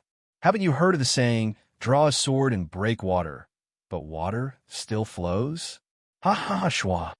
At this moment, the woman in pink, who had been silent all this time, suddenly moved. Her figure flickered and a pink blur rose from the ground and rushed straight to the top of the water column. "Ha! After reaching the top of the water column, the pink-clothed woman didn't change her speed. She directly plunged into the water column that was spinning at a high speed. She grabbed the collar of the tall man who was spinning in the water and lifted him up, rescuing the tall man who was spinning in the water. After landing, the woman in pink immediately placed the tall man on a fallen tree, and as soon as the tall man lay down, he began vomiting. He had drunk a lot of water in the water column, and after spinning around for so long, it would be strange if he didn't vomit. How is it? Is the water of our Miaojiang tasty? Shui Ling asked with a smile. As she spoke, she looked at the woman in pink who was patting the tall man's back. It could be seen that the cultivation of the woman in pink was far above that of the woman in red and the tall man. This could be seen from the way she acted just now. What made Shui Ling even more impressed was that after the woman in pink rushed into the water column to rescue the tall man, there wasn't a single drop of water on her body. It was as if she had never entered at all. How should I address this young lady? Shui Ling smiled and asked the woman in pink. Sakuraji Haruko. The woman in pink replied to Shui Ling while patting the tall man's back. Her voice was crisp and sweet, like a lark. Looking at your nimble movements, you didn't even touch a drop of water when you entered my water spirit array. Could it be that you also cultivate a water-controlling technique? Shui Ling asked. N. The girl in pink responded. It was considered an answer. I didn't think I would meet a fellow cultivator today, Shui Ling said as she pointed to the water column, and the water column immediately spun and quickly fell back to the ground, disappearing in the blink of an eye, leaving only a small puddle on the ground. Senior sister, the woman in red said to the woman in pink with a smile, your water-controlling technique has always been highly praised by Master. Today, it's rare for you to meet a fellow cultivator. You should compare notes with her and let them see your water-controlling technique. What's wrong with that? I already said that I won't fight. The woman in pink helped the tall man who had finished vomiting to sit down. Master sent us to the Great Ming Dynasty to help General Matsumoto, not to steal other people's secret techniques. A trace of displeasure appeared on the green-eyed boy's face when he heard this. Master treats us like his own children. Shouldn't we repay him? Do we have to steal other people's things to repay Master? The woman in pink turned to stare at the green-eyed boy and asked. Master said that it's a pity that he won't be able to see the green shaman scripture of Pear Blossom Palace. As his disciples, we should make him happy. The woman in red spoke up for the green-eyed boy. What's the difference between you and bandits? The woman in pink said. So what if you stole the green shaman scripture? If Master knew that you did this, he wouldn't be happy. Nonsense. The green-eyed boy reprimanded the woman in pink. What Master wants the most is this green shaman scripture. We helped him get it. So how could he not be happy? All right, then let me ask you. The woman in pink slowly walked in front of the green-eyed boy. She lowered her head and stared at the short green-eyed boy, asking, What's Master's cultivation like? That goes without saying. The green-eyed boy raised his head and looked at the woman in pink. Master's cultivation is unfathomable. He's almost an immortal. Why are you asking me this? Then let me ask you again. The woman in pink continued. Since Master's cultivation is so high and he came to the Great Ming Dynasty, why didn't he steal the green shaman scripture himself? The green-eyed boy was stunned by the woman in pink's question. He couldn't say anything. His junior sister was right. Master had stayed in the Great Ming Dynasty for a while. If Master wanted to steal the green shaman scripture, he would have done it long ago. With Master status, how could he stoop so low as to do it himself? The woman in red continued. Shut up. The green-eyed boy glared at the woman in red and reprimanded her. Oomph. The woman in red unwillingly snorted and turned her head to the side. Then why don't you tell me? The green-eyed boy asked Haruko Sakuraji. There's an old saying in the Central Plains, a gentleman loves money and obtains it in a proper way. Haruko Sakuraji said, Not only is Master's cultivation high, but his realm is also far beyond our imagination. Senior brother, in order to avenge your family, you practiced evil arts and eventually suffered from Qigong deviation. If Master hadn't taken you in, I'm afraid you would have fallen into the devil's path. The green-eyed boy didn't say a word after hearing this. Third junior sister was abandoned by her heartless parents at birth and ended up in a brothel. If it weren't for Master, she would still be selling her body there. Haruko Sakuragi glanced at the woman in red. The woman in red lowered her head and fiddled with the fan in her hand, remaining silent. And fourth sister, Haruko Sakuragi continued. Why did she have to be abandoned? If Master hadn't taken action, I'm afraid she would have been beheaded and become a ghost under the blades of the soldiers. The tall man sitting on the tree stump turned pale. It was unknown whether it was because he remembered something sad or because he had just vomited. Senior brother, senior sister, junior brother, Haruko Sakuragi said, Master has always taught us etiquette, justice, integrity, and shame. If Master knew that we robbed other people's things to please her, do you think she would be happy? Before we entered the sect, which one of us wasn't bullied? Now that we have the ability, do we want to bully others? After the green-eyed boy and the other two heard this, they became silent and no longer spoke. You are right. After a long time, the green-eyed boy broke the silence, but what? Haruko Sakuragi asked. Master only has this one wish in her life. This time, no matter what, I will help Master achieve her wish. The green-eyed boy took a deep breath and said, If Master wants to punish someone, punish me alone. It has nothing to do with you. You stand aside and don't do anything. I will do it. Senior brother, Haruko Sakuragi wanted to persuade the green-eyed boy again. I have made up my mind. You don't need to say anything. The green-eyed boy interrupted Haruko Sakuragi's words. As he spoke, he slowly walked out and stood opposite to Shui Ling. What? How did your discussion go? Shui Ling asked. My apologies. This time, I must get the green with scripture. My apologies. The green-eyed boy said as he held his sword with one hand and bowed to Shui Ling, performing a Japanese etiquette. Shui Ling was puzzled and didn't know whether to laugh or cry. This was the first time in her life that she had seen such a polite yet unreasonable person. Swoosh! Just as the green-eyed boy straightened his back, his figure instantly vanished. Go steps, Haruko Sakuragi whispered in shock. Eldest senior brother is getting serious. In the blink of an eye, the green-eyed boy appeared above Shui Ling's head. He raised his sword high and suddenly chopped down. A green curtain of light poured down like a waterfall. Green curtain, ghost cut. The tall man blurted out. The red-clothed woman's face also changed greatly. Eldest senior brother's green curtain blade technique was not easily shown to others. Everyone who had seen this technique had died under this green curtain blade without exception. Ghost steps coupled with ghost cut, it seemed that he was really serious. On the ground, when Shui Ling saw her opponent take action, she didn't show any weakness. The moment the blue-eyed little boy disappeared, Shui Ling had already made her preparations. Her right hand shot out, two fingers clasped together, and slashed towards the ground. Boom! From the ground, a curtain of water shot up into the sky. Boom! The silver-white curtain of water collided with the green curtain of light. Wah! Water splashed everywhere, sparkling and translucent water droplets under the illumination of the green light, like countless green jade beads pouring down. This time, the water curtain was much stronger than the water column from before.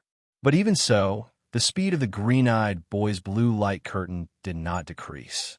The huge saber light instantly cut through the silver-white, transparent water curtain. From top to bottom, it came crashing down on the water spirit. Shui Ling did not expect that the green-eyed boy who looked like a child would become so powerful at this time. He was like a completely different person compared to before. Seeing that the water curtain could not block the green-eyed boy's blade, she quickly waved her sleeve at the water curtain. Boop! Dozens of water arrows as thick as bowls suddenly shot out from the water curtain. These water arrows seemed to have a mind of their own as they roared towards the green light that had already cut through the water curtain. Boom! Boom! Boom! The dozens of water arrows struck the saber light, but to Shui Ling's disbelief, the waterfall-like cyan light seemed to be completely unaffected and continued to descend, reaching less than 5 feet away from her in the blink of an eye. Shui Ling's face was filled with disbelief. "Oomph," Shui Ling sneered. The green-eyed boy's title was not undeserved. The 13 blades of the Azure Curtain. Each blade took the life of its target. It seemed that this girl who could manipulate water would not be able to escape the fate of being split in half today. Chua! In that moment of life and death, a dark blue figure flashed, and the stunned Shui Ling disappeared along with this figure. Boom! The green light curtain instantly cut through the ground, leaving a small hole more than 10 feet long in the ground. From the depths of this hole, a burst of water vapor began to rise. The water spirit's water curtain lost its power and fell to the ground like a heavy rain. Chua! The dark blue figure appeared behind Jinshan. When will you change this habit of underestimating your enemy? Musun loosened his grip on Shui Ling and said, "Fortunately, eldest senior sister and I were here. Otherwise, you would have suffered a big loss." Shui Ling's face went pale as she stared at the green-eyed boy who was slowly falling to the ground. If looks could kill, this green-eyed boy would have died hundreds of times already. "Don't be angry." Musun comforted Shui Ling. "Senior brother will help you vent your anger." "No need." Shui Ling's eyes were still staring at the green-eyed boy as she said, "I'll do it." "You?" Musun said in surprise. "You're not his." Before Musun could finish his words, Jinshan gave him a meaningful look, indicating that he should not speak. "Go, junior sister," Jinshan said. "Don't be too heavy-handed. Don't forget Master's words." After Shui Ling heard this, she walked out again without saying a word and stood face to face with the green-eyed boy, her eyes never leaving him from beginning to end. "Senior sister." Musun saw that not only did she not persuade Shui Ling to stop, she even encouraged Shui Ling to face the enemy again, making him puzzled. "Let her go." Jinshan looked at the expressionless Shui Ling and said to Musun with a smile, "You underestimate junior sister too much. Don't be fooled by her usual carefree attitude. Her current cultivation is not what it used to be. Just now she was just being careless." "Oh, is that so?" Musun seemed to be in disbelief. Chapter 151. The blue-eyed boy didn't say a word and just calmly stared at Shui Ling. Shui Ling, who was standing opposite the blue-eyed boy, didn't say a word as she stared straight at him. "You're not my opponent." The blue-eyed boy broke the silence and said, "Let's switch to someone else." Shui Ling smiled, but didn't say anything, instead stretching out her hand and beckoning to the blue-eyed boy. She signaled the blue-eyed boy to attack. The blue-eyed boy narrowed his eyes and raised the blue curtain saber in his hand again. "You're courting death. Don't blame me," the blue-eyed boy said as he began to move the saber in his hand. The saber began to emit a dazzling blue light that illuminated the ground around him. Looking at Shui Ling again, she closed her beautiful eyes and calmed herself. Asterisk Hong. Asterisk with a few loud bangs from the ground 7 feet below Shui Ling's feet. More than a dozen thick pillars of water shot up into the sky.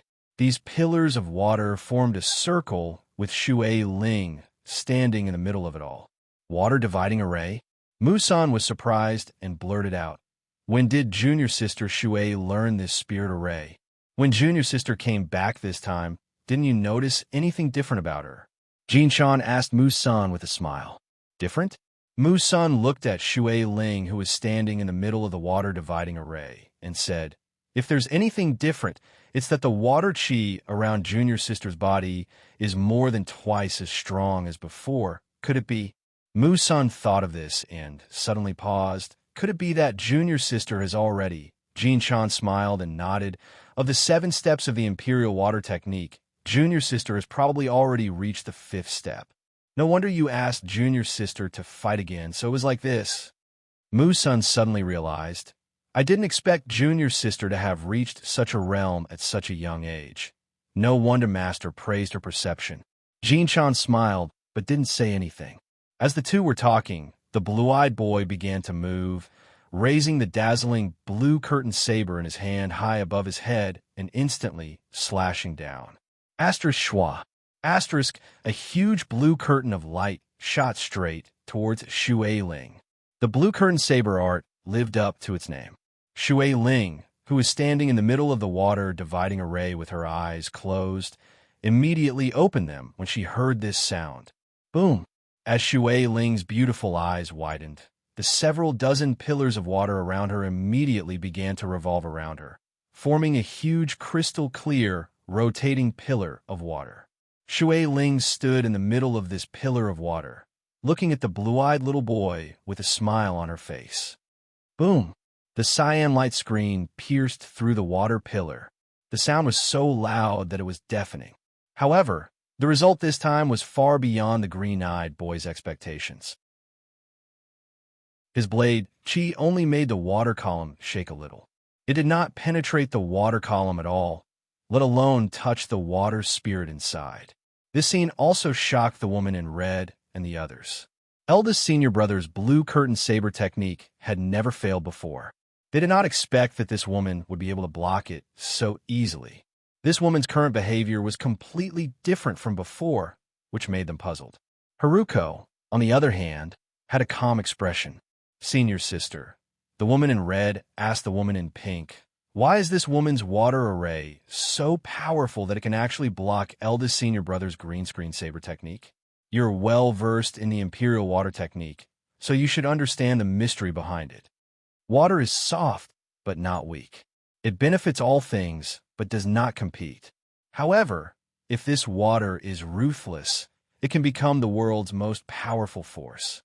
There's an old saying in the Central Plains, water can carry a boat, but can also capsize a boat." Haruko explained, this imperial water technique is divided into 7 realms, also known as the Imperial Water 7 chapters. I think this person has already broken through the 5th chapter.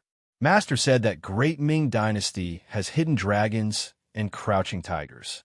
It is indeed so. 5th chapter? The woman in red asked, "Senior sister, what chapter are you at?" "Same as her, 5th chapter." Haruko said.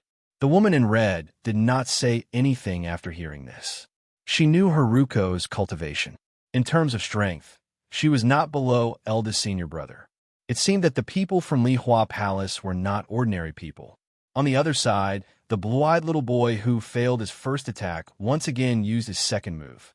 He stepped on the void, holding a saber in his right hand and forming a seal with his left hand. With a schwa sound, a shadow flashed, and the blue-eyed little boy instantly turned into 8. The 8 blue-eyed little boys lined up in a row, and the 8 green screen sabers flashed with green light. Japanese ninjutsu? Jin-chan was shocked. Mu-sun saw this and frowned. Schwa! The 8 figures moved and surrounded the water spirit in the huge water pillar. Green screen, 8 extreme slash. The 8 of them said in unison, and the 8 sabers slashed down rapidly from the sky. Schwa! 8 green arcs of light rushed towards the water spirit from 8 directions. Boundless clear waves. The water spirit shouted from the huge water pillar. As soon as her voice fell, the huge water pillar started to spin at high speed again. At the same time, 8 thick water pillars separated from the top of the water pillar, and like 8 water dragons, they met the 8 incoming light arcs in the blink of an eye. Boom! The 8 water pillars and the 8 green arcs of light intertwined. Water splashed everywhere, and green light overflowed everywhere. The water pillars were turned into mist by the tyrannical saber chi, and the saber chi was also dispersed by the powerful water pillars. This move could be said to be a tie between the two. After the two saw this, they were both secretly shocked. The water spirit did not expect that her water-splitting formation would be broken by the opponent's saber chi. One must know that water was a flowing thing, and it was true that the saber chi could split mountains and stones, but it was the first time she saw a saber chi that could stop and disperse the rapid flow of water, not to mention that her water-splitting formation had more than 1,000 gene of strength. The green-eyed boy was even more shocked.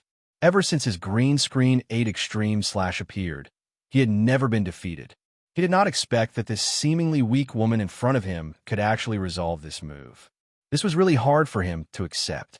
It seemed that if he did not use his trump card today, he would not be able to easily defeat the opponent. You guys retreat 10 feet away.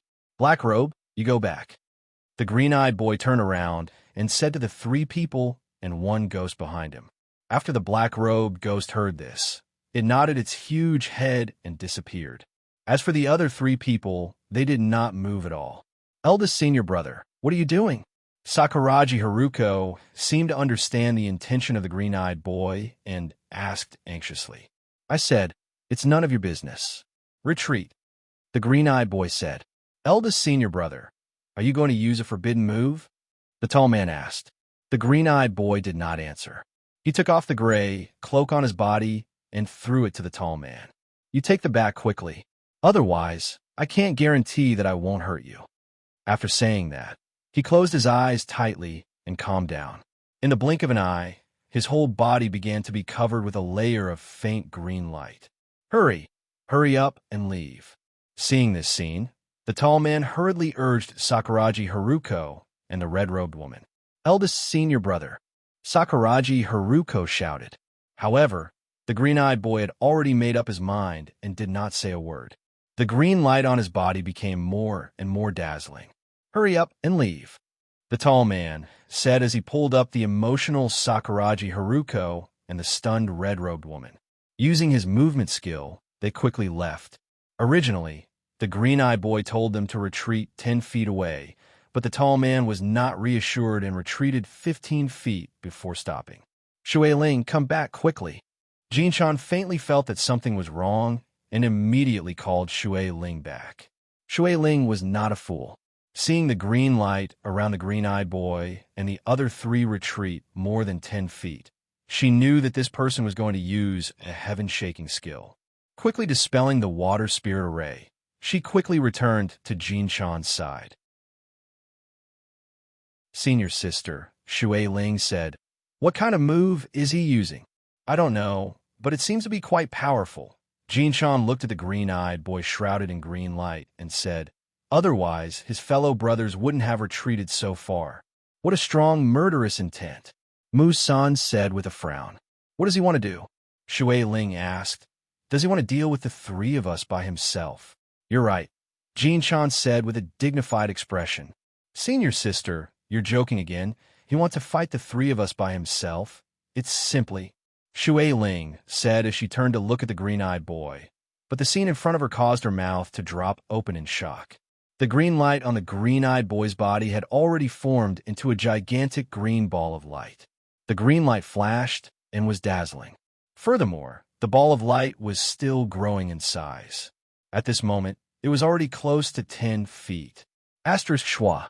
Asterisk inside the ball of light. The green-eyed boy opened his pair of green eyes. In an instant, the green light around him soared again, reaching a height of 2 meters. Wood shield.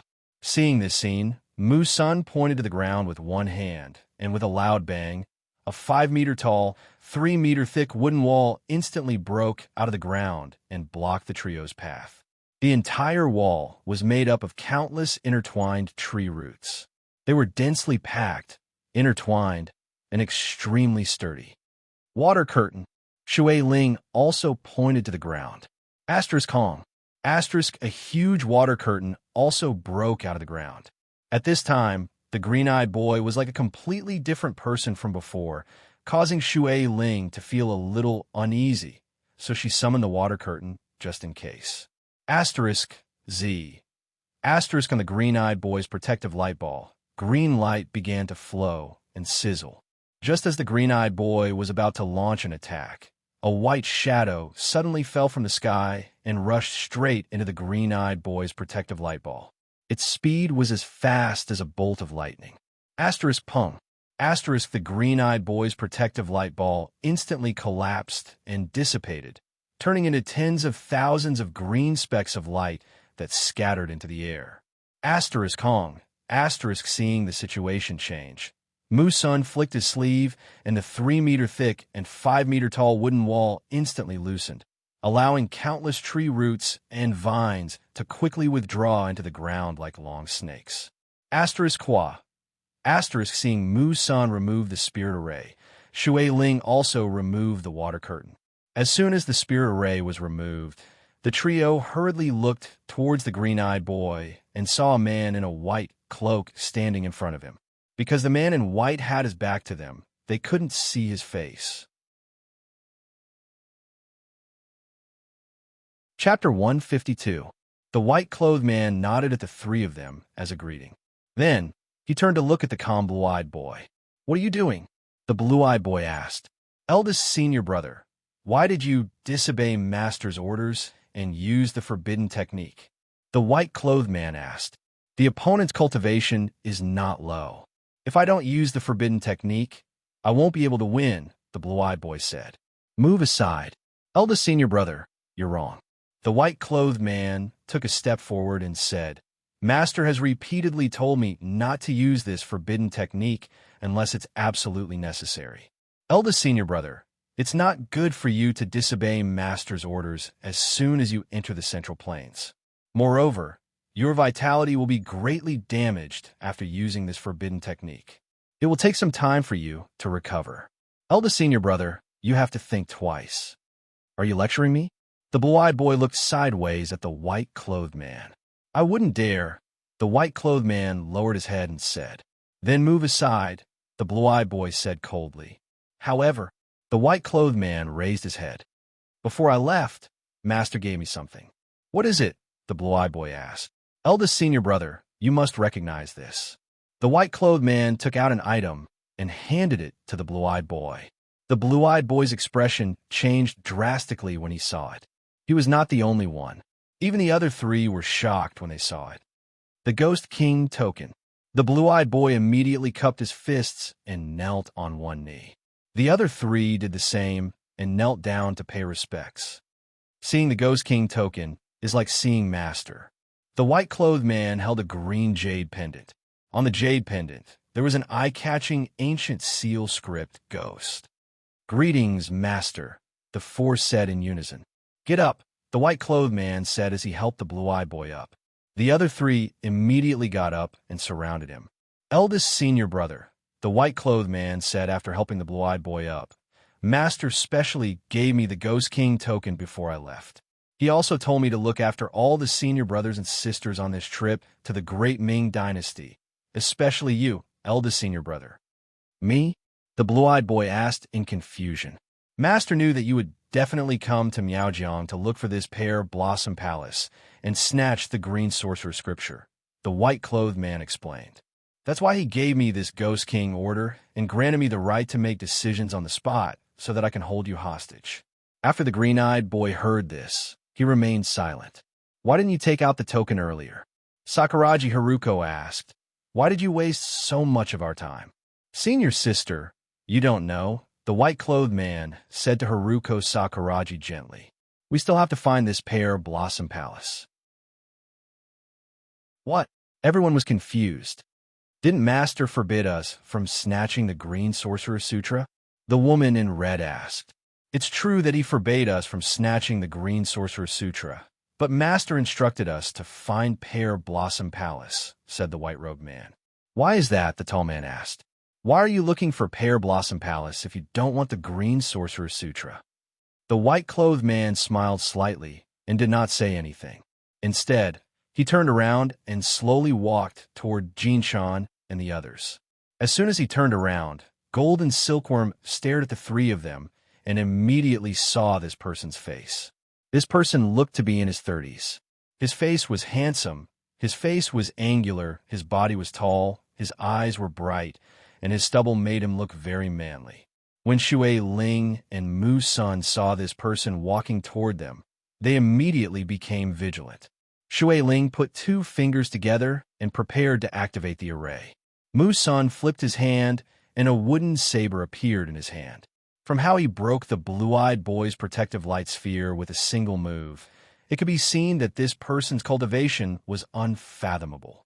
His strength far surpassed the blue-eyed boy's. How could they not be on guard when such an expert was approaching? However, Jinshan did not move. She silently looked at the white-clothed man with a frown. When the white-clothed man saw that the other party was ready to attack, he walked to the middle and stopped. "May I ask which one of you is Jinshan?" the white-clothed man asked.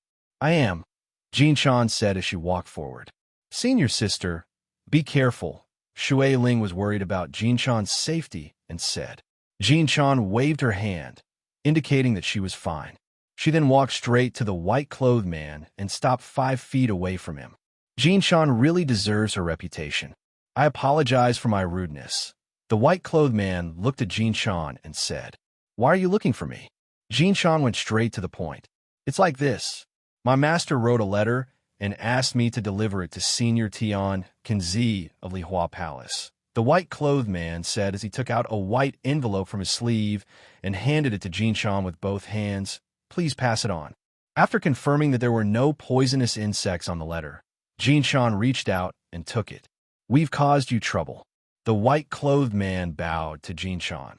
Please forgive my senior brothers and senior sisters for offending you just now.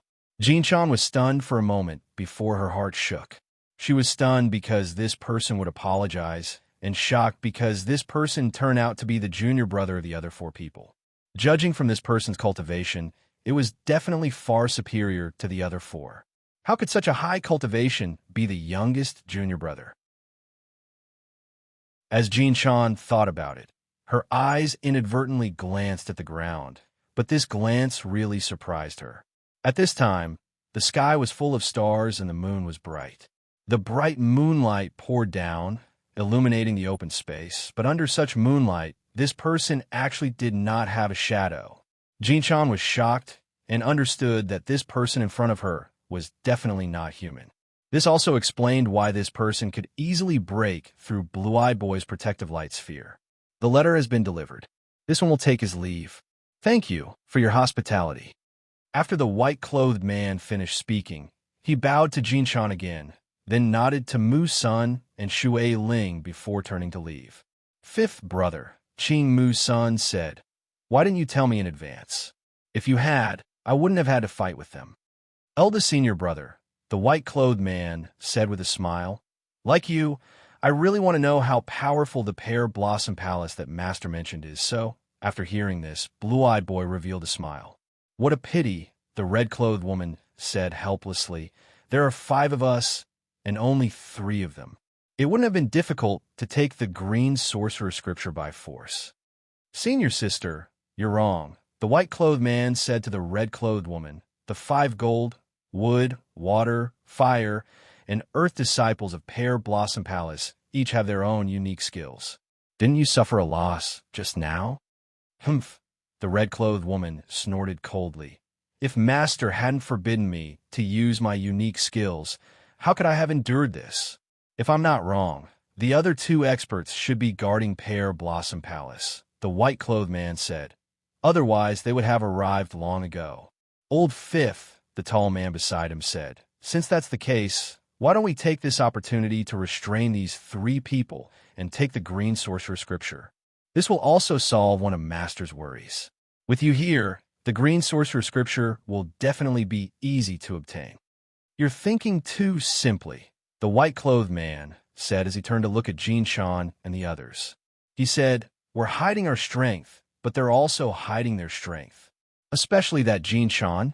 You mustn't underestimate her. Until now, have you ever seen her use a killing move? If she wanted to kill you, senior sister, I'm afraid you wouldn't be alive by now. The red-clothed woman remained silent after hearing the white-clothed man's words. Old 5th was right. If that slap had been a killing move, she would have died long ago. Thinking of this, she glanced at Jinshan again. She didn't know if she would be able to take revenge for that slap if she used her unique skill. I don't believe that the 5 of us can't deal with the 3 of them. The tall man was indignant. He, who was confused by Shui Ling, was anxious to take revenge. 3 people. Ha, the white-clothed man said with a smile. Then what about the 3 in the forest? Forest. The blue-eyed boy and the others were shocked after hearing old 5th's words. Could there be other people in the forest? My 3 friends, since you're here, don't hide anymore. The white-clothed man shouted in fluent Chinese to the depths of the forest behind Jinshan and the others. Show yourself. Jinshan and the others' expressions changed drastically after hearing the white-clothed man's words. Could there be other people in the forest? Even with their cultivation, they hadn't noticed anything. It was obvious that these three people's cultivation was high. The three of them turned around and looked at the forest. As the grass swayed, three silhouettes gradually appeared in golden silkworm in the other's sight. "Who are they?" Shui Ling asked. "The one in the middle looks familiar, but I can't remember who he is," Musan said. Chapter 153. Foaming Mountain. Lingyun Cave. The moon was like a hook, and the sword was like frost. Under the moonlight, Yi Fan, dressed in white, stood on the precipice of the mountain peak, looking down the mountain in a daze. A cool breeze blew, and his clothes fluttered. At this time, the peach forest at the foot of the mountain was full of peach blossoms, and the flowers were like clusters of flames. Although it was night, to Yi Fan, it was no different from daytime. Last year, today, in this door, the human face and peach blossoms reflected each other's red. I don't know where the human face is, but the peach blossoms are still smiling in the spring breeze. Yi Fan was touched by the scene and started to recite a poem by Chui Hu of the Tang dynasty. He thought back to 2 months ago when he and Chico got married here. The scene was still vivid in his mind, but now it was different. Everyone who was present at that time was not by his side now. Sky Dragon returned to the Celestial Court. Brother Kim was missing. Father Yi Kong and Grandfather Yin were now wanted by the Imperial Court, and no one knew whether they were alive or not. Jin Shan and Xiao Zhao returned to Miaojiang to deal with important matters of the sect, and his beloved wife was in prison and had lost her memory, and they were strangers. What hurt him even more was that his wife, who had helped him in the past, was going to marry Matsumoto Taro Matsumoto, the son of the enemy who killed his father, on the 10th of next month. In such a huge Lingyun cave, he was the only one left. He had been back for almost a month, and he only did one thing every day, which was to cultivate qi. He cultivated qi day and night without stopping. Out of the 24 hours a day, he spent 20 hours refining his qi. In order to save time, he prepared a lot of food and water, and put them on the stone table of the moon-gazing pavilion at the top of the mountain. When he slept, he did not dare to go back to the wedding room, because everything there still had Chico's scent, the soft and comfortable bedding still had Chico's fragrance, and the comb on the dressing table still had Fujiwara and no Chico's hair hanging on it, not to mention her underwear. In order to concentrate on cultivating qi, he simply ate and lived in the moon-gazing pavilion at the top of the mountain. When he was thirsty or hungry, he reached out and grabbed the food on the stone table, and when he was tired, he leaned against the stone pillar to take a nap, but the stone pillar was hard and cold. So how could he sleep soundly? In less than 2 hours, he would turn over and fall to the ground. When he woke up, he would get up and cultivate qi. In the blink of an eye, a month had passed, and tomorrow was the 10th day of the lunar month. On this day, Yi Fan did not cultivate qi. He took a bath, changed into a clean set of clothes, and went to the cliff to get some fresh air. On one hand, he moved his body, and, on the other hand, he thought about what Chui Ziwen said to him that day. There was not much time left. This time, no matter what, he had to take Chico away. There could not be any mistakes. However, as Chui Ziwen said, other than the snake shadow sword and qi, he did not have any other moves that he could use. He had fought with Zhou Quan before, and knew that his cultivation was not low, and his movements were swift and fierce.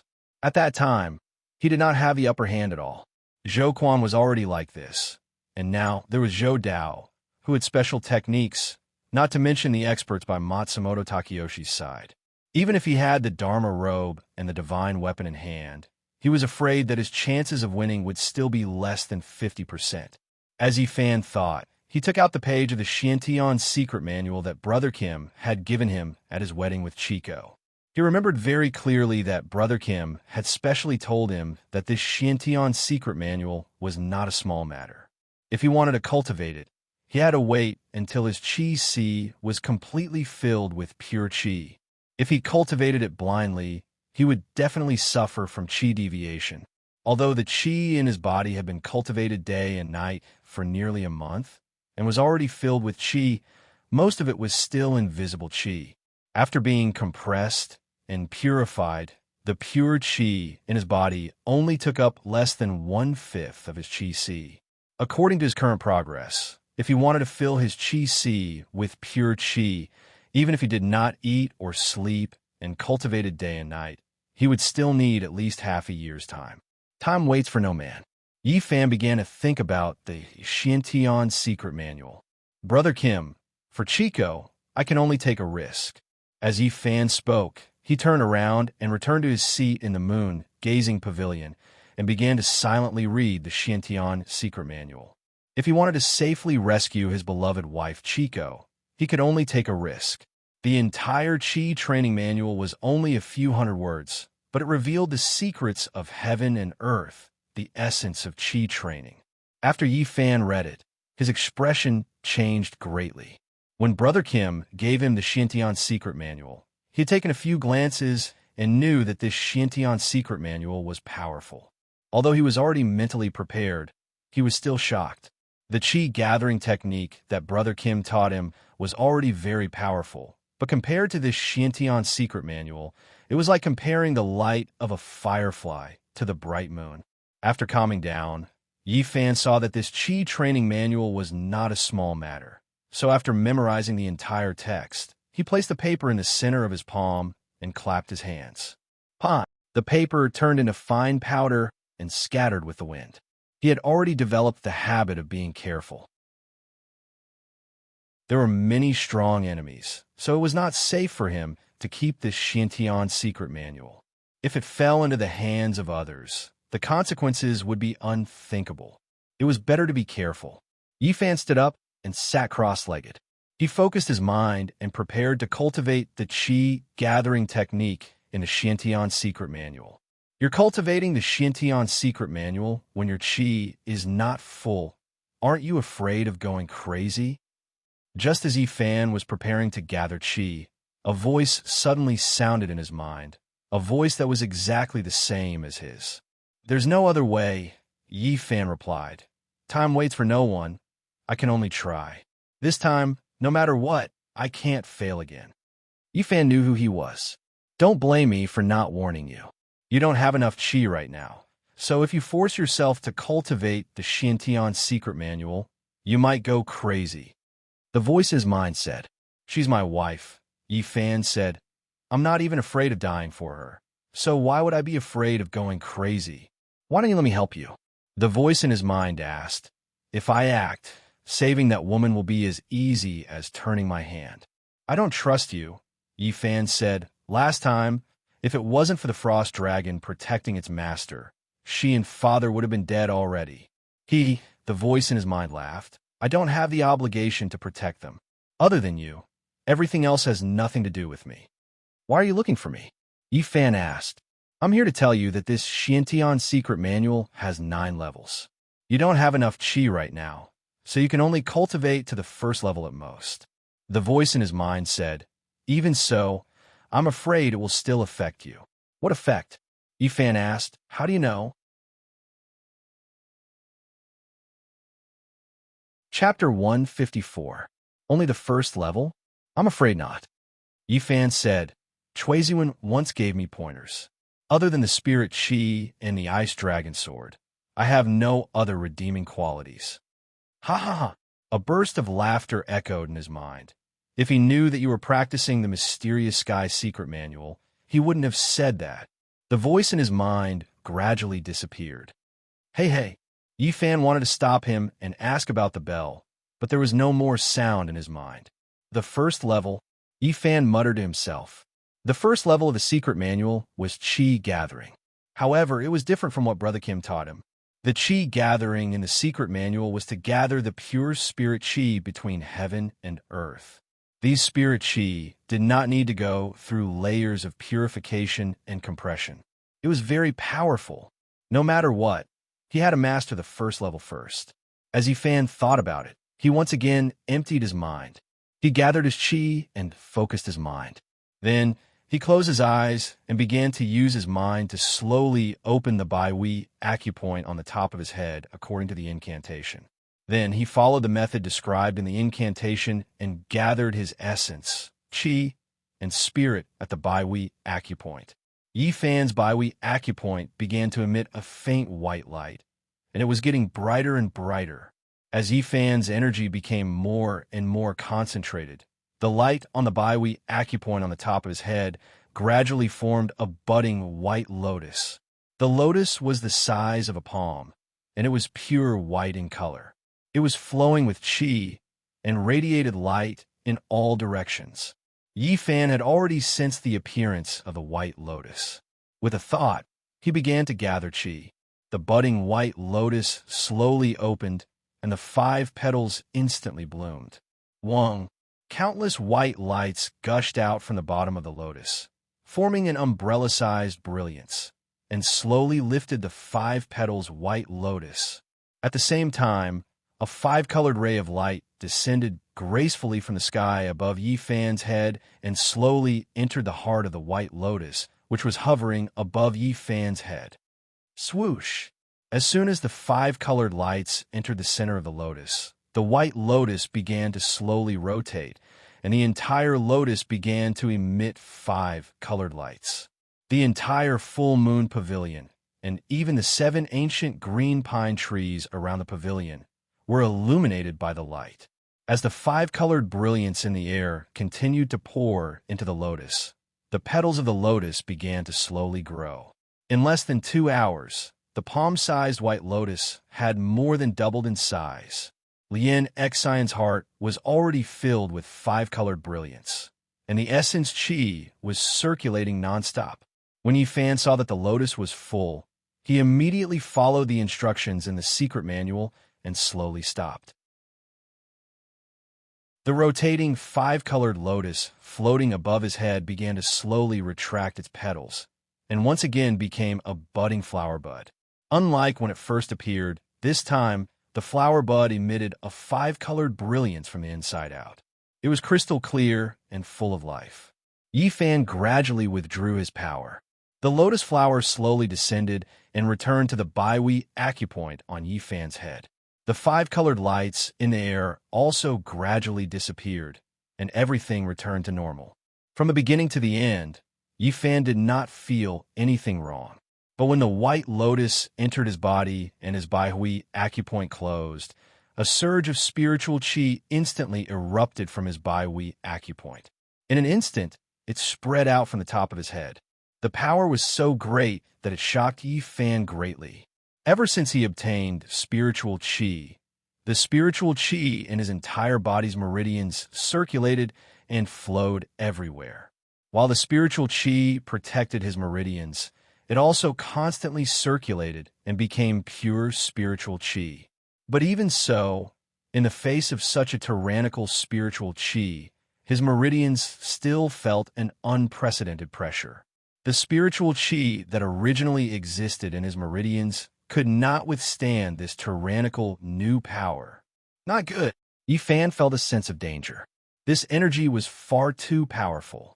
If he allowed this energy to flow freely, his meridians would probably be completely shattered by this energy.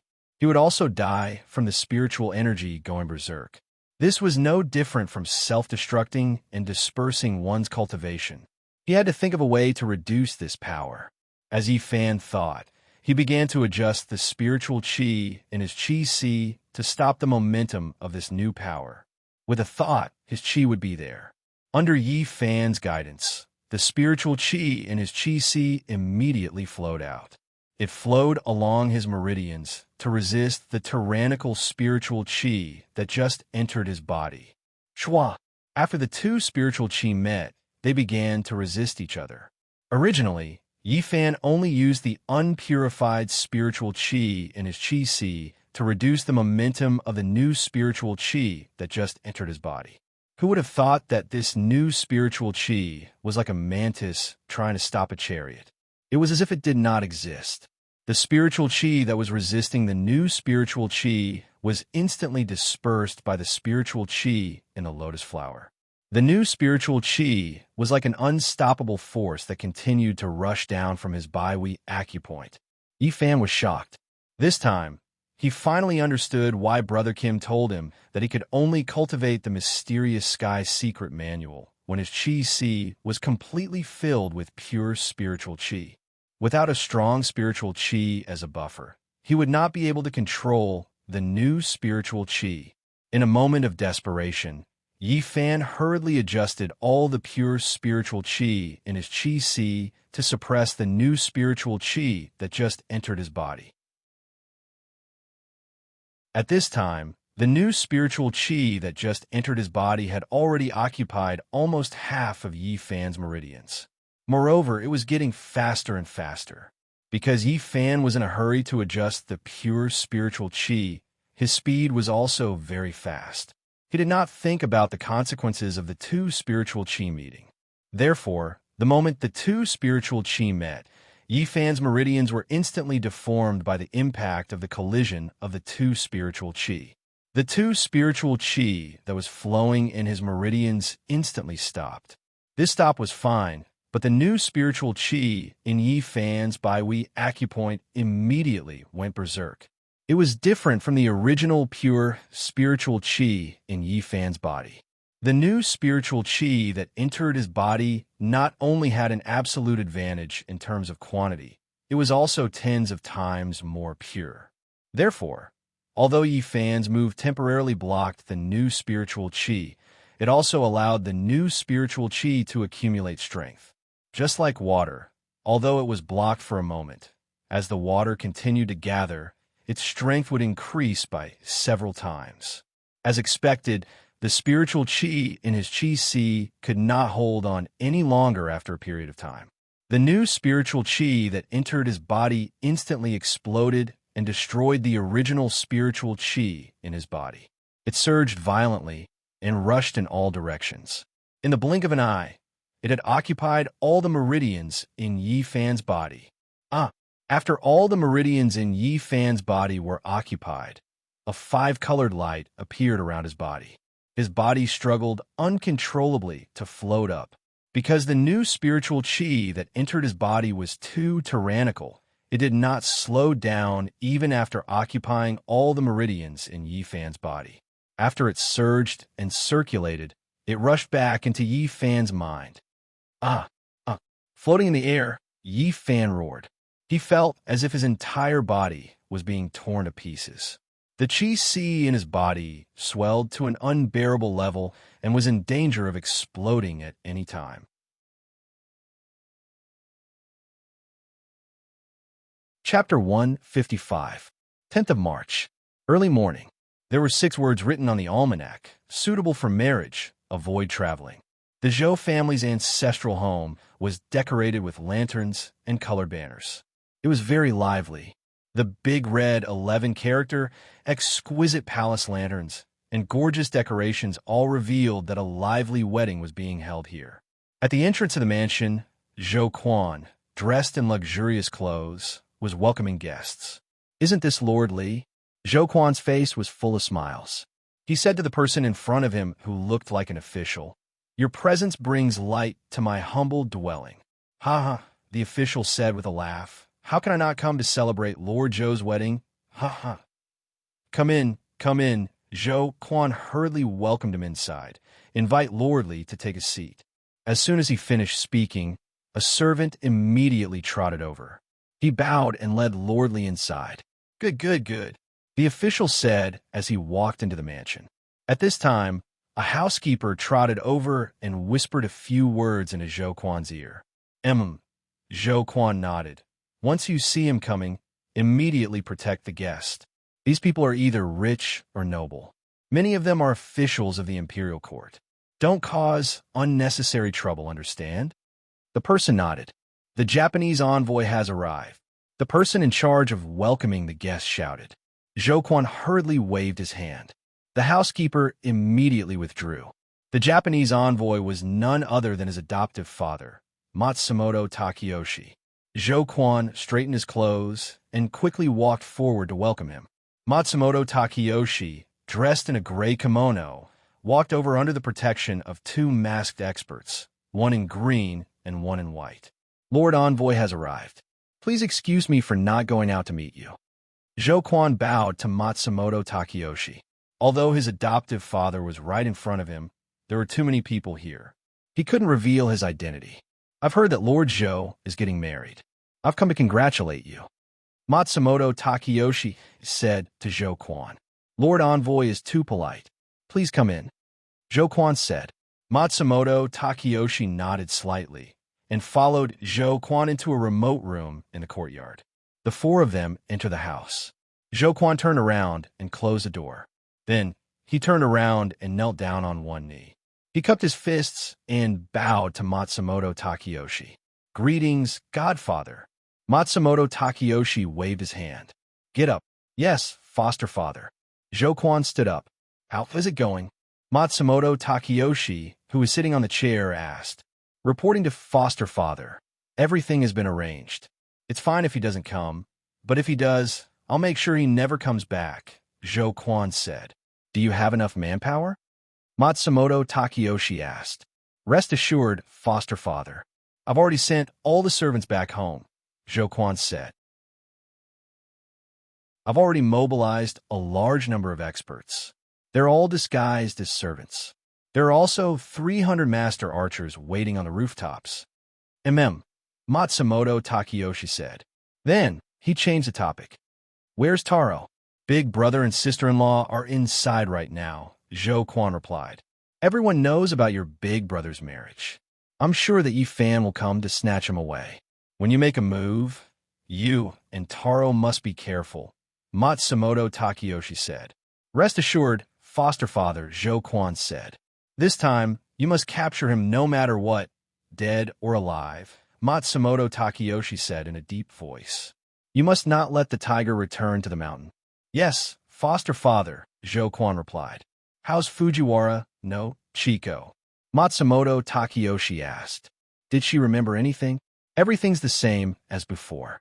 In her memory, she and Big Brother were engaged when they were young, Zhou Quan said with a smile. Matsumoto Takeyoshi nodded. Is Chuiziwen here? I've already sent him an invitation, Zhou Quan replied. I just don't know if he'll come. At this moment, they suddenly heard a loud voice from outside. Master Chui has arrived. He's really here? Zhou Quan said in surprise when he heard the voice. There's no time to lose. Quickly go out and welcome him. Don't be slow, Matsumoto Takeyoshi said to Zhou Quan. Yes. Zhou Quan nodded to Matsumoto Takeyoshi and hurried out. Only Matsumoto Takeyoshi and the two green and white emissaries were left in the room. I wonder what the result will be when they fight later, Matsumoto Takeyoshi said. Mr. Matsumoto, are you worried about the two of them? The man in green asked. In my opinion, the two of them are definitely not Yi Fan's opponents. Matsumoto Takeyoshi shook his head and said, Last time, we missed a great opportunity. Now that a month has passed, Yi Fan's cultivation must be much stronger than before. What do you mean, Mr. Matsumoto? The man in green asked. Yi Fan went from a young boy to a top cultivator in just a few days. Now that his beloved wife has been taken away, he must be furious. It's easy to imagine what his cultivation will be like in a month, Matsumoto Takeyoshi said with a frown. After hearing this, the man in white did not say a word. Don't worry, Mr. Matsumoto, the man in green said. In a while, I will look after the two young masters. If there are really no match for them, I will naturally lend a hand. Right now, I'm very interested in that Shui Zuan, the man in white who had been silent all this time suddenly said. He's right outside. You'll know when you see him, Matsumoto Takeyoshi said as he stood up. We should also go out and meet Master Chui. As he said this, he walked towards the door with his hands behind his back. The two emissaries followed closely behind him. Outside the door, Chui Zuan, who was wearing a black robe with golden threads, floated down from the sky under the protection of his two subordinates, one red and one white. Everyone stopped to watch. The two guards, one red and one white, were a man and a woman. The man had a handsome face and an imposing appearance. He was dressed in white. The woman's face was like a peach petal, and her eyes were like autumn waves. She was dressed in red. The crowd had never seen such a scene before. They all pointed and whispered to each other. When they learned that this was the legendary swimming hall's headmaster, Shui Ziwen, everyone immediately became as silent as cicadas in winter, as if little ghosts had seen the king of hell. Master Chui, we are honored by your presence. Please forgive us for not going out to meet you. Zhou Quan respectfully bowed to Chui Ziwen. He did not dare to be careless in front of this legendary demon king. No need to be so courteous, Chui Ziwen said indifferently. Master Chui, please come in. Zhou Quan extended his hand towards a courtyard and then led Chui Ziwen and the other two inside. Chui Ziwen slowly walked into the mansion under the guidance of Zhou Quan. As he walked, he glanced around with the corner of his eyes, and then the corner of his mouth revealed an imperceptible smile. On all the surrounding roofs, there were no less than hundreds of people lying in ambush. Chui Ziwen could tell at a glance that these people were well-trained Japanese ninjas. They had longbows and crossbows, hidden darts and swords, and were well-equipped. They were lying on the back slope of the roof, using the hidden secret art of Japanese ninjutsu. Their bodies were covered with green curtains and blended with the green tiles. Such an ambush would be difficult for ordinary people to notice, even if they were standing right in front of them. However, for Chui Ziwen, it was simply child's play. Headmaster, the roof, the woman in red next to him also noticed the people on the roof and whispered to Chui Ziwen. Chui Ziwen waved his hand, indicating that she did not need to say anything more. Zhou Quan, who had been leading the way, was shocked and frowned. His cultivation was not low, so he naturally heard the words of the woman in red. He did not expect that the trap he had carefully set up would be seen through by this woman. Suaming Hall really lived up to its reputation of being full of experts. If even a bodyguard was like this, then wouldn't Chui Ziwen's cultivation have reached the heaven-piercing realm? Thinking of this, Zhou Quan secretly sighed. If his adoptive father could get this person's help, wouldn't the imperial hegemony be at his fingertips? He must find an opportunity to tell his adoptive father about this. Ha ha, Master Chui, I didn't expect you and I would meet here. Not far away, Matsumoto Takeyoshi slowly walked over with the two green and white envoys. So, it's Mr. Matsumoto. What a coincidence. Chui Ziwen stopped and looked at Matsumoto Takeyoshi with a smile. In the blink of an eye, Matsumoto Takeyoshi had already arrived in front of Chui Ziwen. The two green and white envoys behind him immediately sized up this demon king of the great Ming dynasty.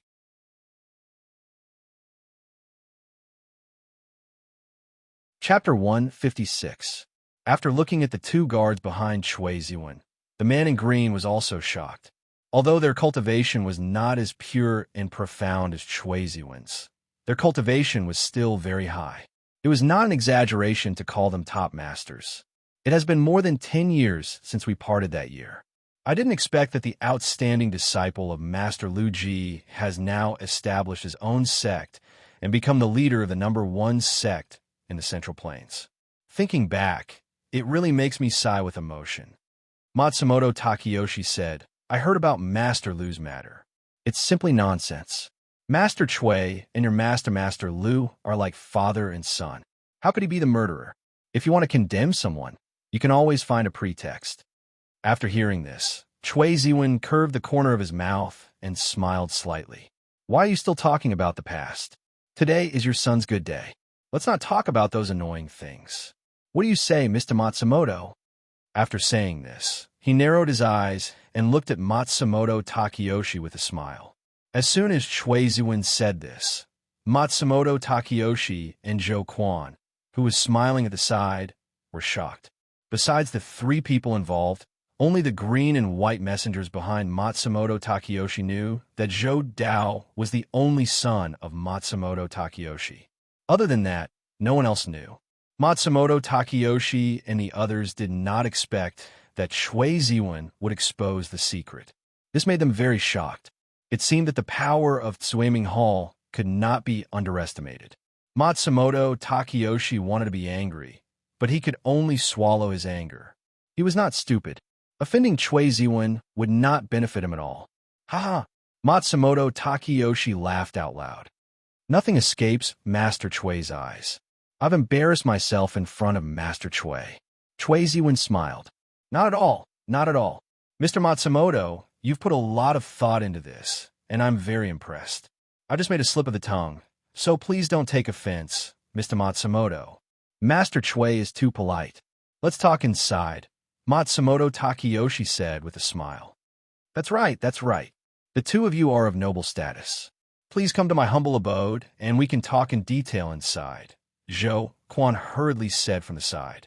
Mr. Matsumoto, please. Chui Ziwen extended his hand. Master Chui, please. Matsumoto Takeyoshi also extended his hand. The two smiled at each other and walked side by side. Behind them, Matsumoto Takeyoshi's green and white envoys and Chui Ziwen's two bodyguards followed closely behind. Zhou Quan was cautious and directly led them to another secluded room. After ordering the servants to serve tea, Zhou Quan waved his hand and the servants in the room immediately left. Succubus, Wanga, Chui Ziwen said to the two people behind him, "You can leave first and wait for me outside. I have something to say to Mr. Matsumoto." After the two heard this, they bowed to Chui Ziwen and immediately left. They stood to the left and right of the door. Succubus, Wangwei, Matsumoto Takeyoshi, and the green and white envoys behind him suddenly realized that these two people were none other than two of the four protectors of Swimming Hall. "You can leave first." Matsumoto Takeyoshi saw Chui Ziwen withdraw his bodyguards and turned to the green and white envoys behind him and said. The man in green hesitated and did not move. Instead, the man in white turned around and walked out the door. "Mr. Matsumoto, this," the man in green said. "Huh?"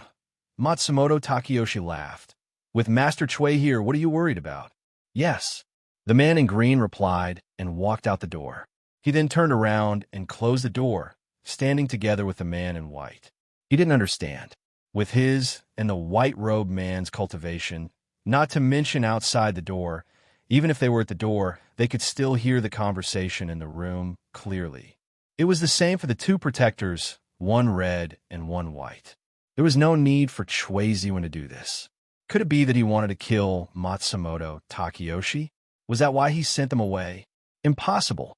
Chui Ziwen was the leader of a sect. With his status, there was no way he would do such a thing. The man in green was confused, but since Matsumoto Takeyoshi had given the order, he could only obey. "Master Chui, if you have something to say, feel free to say it," Matsumoto Takeyoshi said. Chui Ziwen smiled slightly. He extended his right hand's jade-like little finger and dipped it directly into the teacup in front of him. Then, he lightly flicked it into the air. Suddenly, a huge, translucent amber bubble appeared in the air, slowly enveloping him and Matsumoto Takeyoshi. The bubble trembled, and the air was immediately filled with the faint aroma of tea. "Master Chui, this is..." Matsumoto Takeyoshi looked at the bubble beside him and calmly asked. "Some words are not suitable for outsiders to hear, so I used a little trick. Mr. Matsumoto, please don't be offended." Chui Ziwen smiled.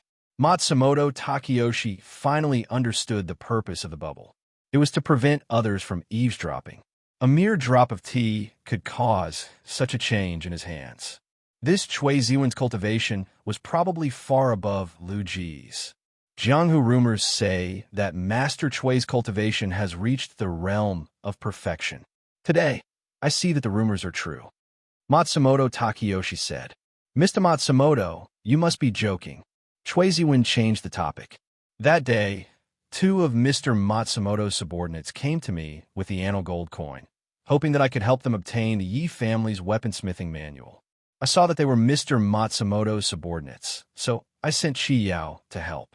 However, I heard that in the end they did not succeed. Is that true? Ha! Matsumoto Takeyoshi smiled and took a sip of tea. Master Chui has eyes everywhere. I'm sure that Master Chui already knows about this matter. Why bother asking? I didn't expect Mr. Matsumoto to be interested in the Yi family's weaponsmithing manual. Chui Ziwen smiled. I've been interested in magical weapons since I was a child. Matsumoto Takeyoshi said bluntly. I heard that the Yi family's weaponsmithing is famous all over the world, so I've always been interested in it. My subordinates are really ignorant. They actually tried to steal it behind my back and even alerted Master Chui. I'm really ashamed.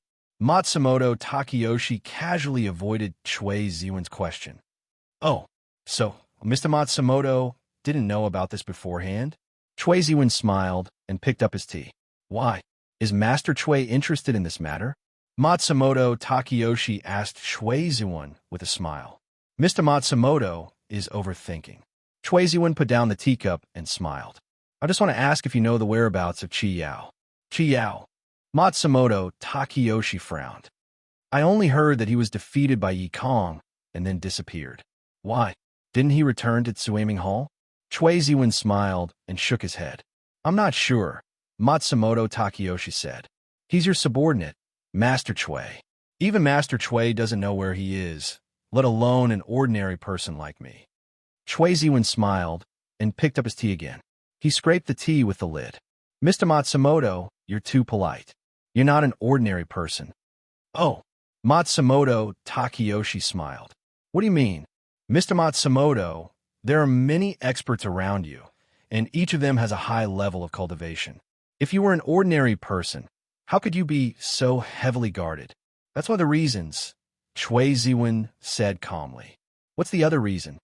Matsumoto Takeyoshi smiled and picked up his tea as well. Mr. Matsumoto's only son is an important official in the imperial court at such a young age. He has a prominent position and has great power. As the saying goes, a tiger father doesn't have a dog son. Just this one spot is enough to see the whole picture. Chui Ziwen smiled. Mr. Matsumoto, you're being too modest by saying that you're an ordinary person. Master Chui sure knows a lot. Matsumoto Takeyoshi put down the teacup with a smile. Master Chui, do you have any advice for me? In other words, what do you want to do? I have a piece of advice for you, Mr. Matsumoto. Chui Ziwen put away his smile and said calmly. Master Chui, please speak. Matsumoto Takeyoshi said. In the cycle of the heavenly Tao, things will move in the opposite direction when they reach an extreme. Chui Ziwen calmly said these words. Matsumoto Takeyoshi smiled and didn't say anything. He continued to drink his tea. Chui Ziwen waved his sleeve, and the amber bubble burst with a pop and turned into a faint mist. He stood up and walked slowly to the door with his hands behind his back. Master Chui, Matsumoto Takeyoshi said. Chui Ziwen stopped, but didn't turn around. I hope we won't be enemies in the future. Matsumoto Takeyoshi said without looking up as he drank his tea. Chui Ziwen smiled and didn't answer. He continued to walk to the door. Creak. The wooden door opened automatically, and Chui Ziwen stepped out. Succubus and Wang Gui saw Chui Ziwen and immediately bowed to greet him. Headmaster.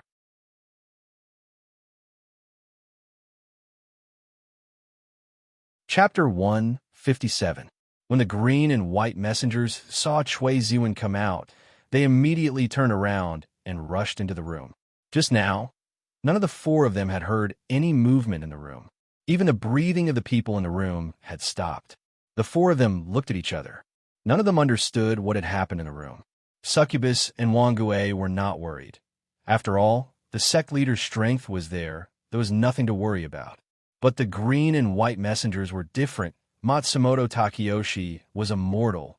If anything happened to him, the two of them would not be able to escape the blame. When the two of them entered the room, they saw Matsumoto Takeyoshi sitting on the chair, motionless and silent.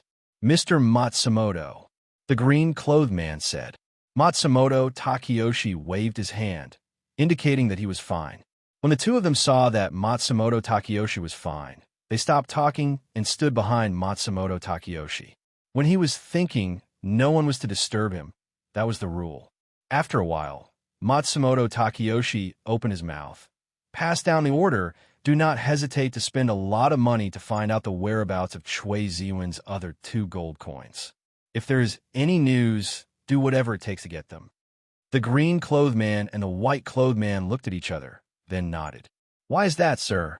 To prepare for a rainy day. Matsumoto Takeyoshi's eyes were deep as he slowly said. Inside and outside the hall, there were many guests. These people were either rich or respectable. They all had great backgrounds. Therefore, there was no commotion like the common people in the marketplace. It was quieter. Chui Ziwen sat alone at the table at the front. Succubus and Wang Gui behind him. Compared to the other full tables, it was very eye-catching. No one was willing to sit with him, or more accurately, no one dared to sit with him. Chui Ziwen, on the other hand, had nothing to do. With a smile on his face, he lazily leaned against the back of the chair. His left hand played with the exquisite white jade teacup, while his right slender fingers tapped lightly on the sandalwood table filled with delicacies. He seemed to be in an extremely good mood. On the opposite table sat Matsumoto Takeyoshi with a smile on his face. Behind him stood the two veiled green and white envoys. Just like Chui Ziwen, he was the only one sitting at the table. After all, he was a foreigner in a dongying. In addition, the two veiled emissaries Qing and Bai were standing behind him. No one would be tactful enough to sit with him. The auspicious hour has arrived. Please welcome the bride and groom. As the master of ceremonies shouted, Zhou Dao, who was wearing a red flower on his chest and dressed in a bright red robe, slowly walked out while holding the red silk. On the other side of the red silk, a bride wearing a festive red robe, a phoenix coronet, and a red veil slowly walked out. Chui Ziwen's fingers that were tapping on the table stopped. He looked up and carefully sized up the newlyweds. The groom had a scholarly appearance, a medium build, and a smile on his face. He was constantly cupping his hands and greeting to everyone. However, although he was full of smiles, his eyes flashed with a trace of murderous intent. Looking at the bride, although she was wearing a red veil, it still couldn't hide her pure and clean temperament. She was tall, round, and smooth. Her skin was like ice and jade, and her bones were like jade. She hadn't even shown her face, but some of the playboys present were already drooling.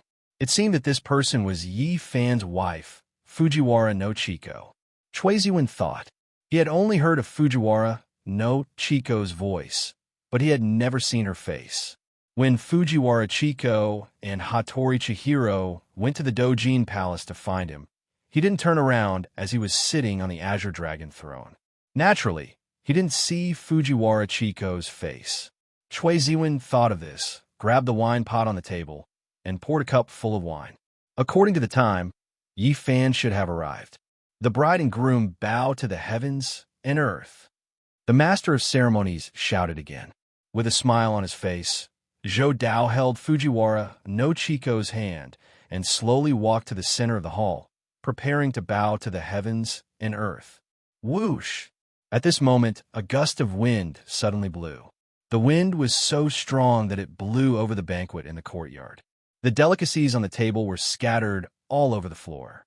The distinguished guests in the courtyard couldn't dodge in time and were also blown to the ground. The originally festive scene suddenly became a mess. After the gust of wind blew over the banquet in the courtyard, it didn't slow down and rushed straight into the hall. Whoosh! The gust of wind was so strong that the banquet in the hall couldn't escape the fate of being overturned. With a crash, it fell to the ground. When a gust of wind blew past Chui Ziwen's table, Succubus behind him calmly waved his long sleeves. The gust of wind immediately went around Chui Ziwen's table and went straight in the direction of Matsumoto Takeyoshi. The man in green behind Matsumoto Takeyoshi imitated Succubus and waved his sleeves, changing the direction of the gust of wind.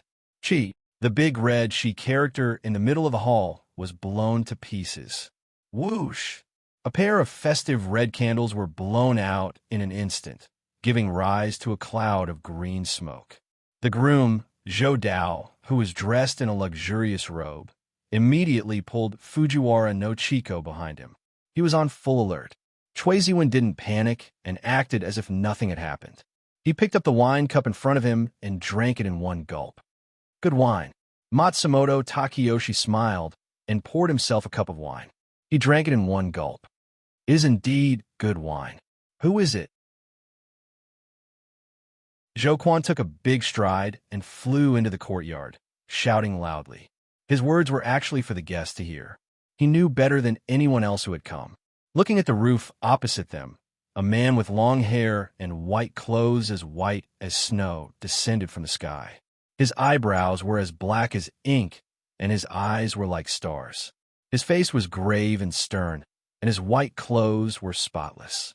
His sharp eyes were like cold stars, flowing with light. "Chico." The man in white opened his mouth slightly. "I'm here to take you home." The man's voice wasn't loud, but it was extremely powerful. It echoed endlessly, and his deep voice shook the ears of the guests in the courtyard, causing their hearts to beat faster. They all covered their ears. Some of the older guests even had blood flowing out of their nostrils and their eyes rolling back. What powerful inner strength! Chui Ziwen was secretly shocked. He directly stood up and slowly walked to the entrance of the reception hall. He looked up at Yi Fan on the roof opposite them. The scene in front of him made even Chui Ziwen's face change slightly. Yi Fan's current appearance was fundamentally different from the last time they had met. The last time they met, Yi Fan still looked haggard, his face was yellow, and his heart was impetuous. Although his spiritual energy was abundant, it was slightly messy. His movements were agile, but slightly rigid. However, the current Yi Fan in front of him didn't have any flaws. His breathing was slow and steady, his skin was translucent like jade, his eyes were sharp and calm, and even his hair was darker than before. The aura he emitted was as if he was a completely different person. All these details pointed to one thing, and that was that the current Yi Fan was no longer the Yi Fan of the past. The two could no longer be mentioned in the same breath. In just a short month, Yi Fan seemed to have been reborn. Chui Ziwen wasn't the only one who was shocked. Zhou Quan, Zhou Dao, and even the green and white envoys behind Matsumoto Takeyoshi frowned. They finally understood why Matsumoto Takeyoshi sighed to the sky when he found out that he had missed a good opportunity to kill Yi Fan.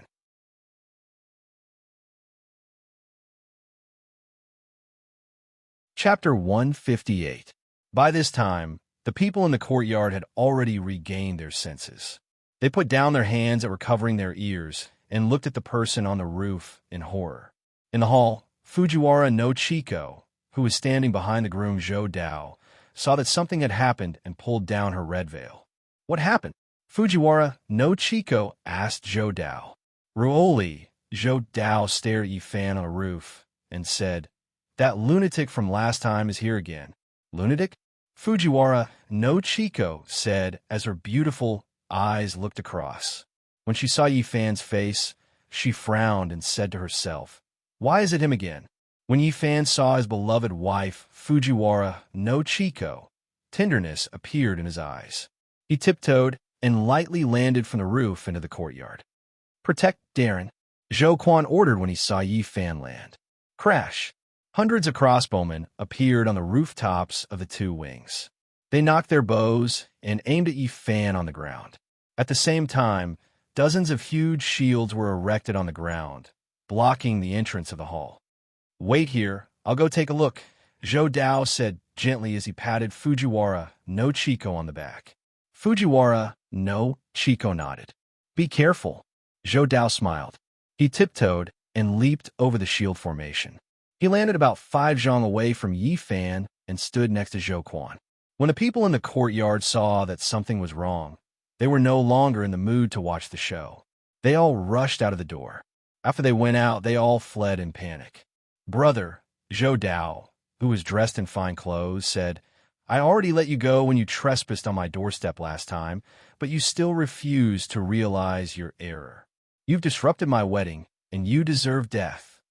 Release the arrows," Zhou Quan ordered loudly. Whoosh, whoosh, whoosh. The hundreds of sharpshooters released the bowstrings in their hands at the same time after receiving the order. For a moment, black arrows filled the sky, whistling as they rained down on Yi Fan.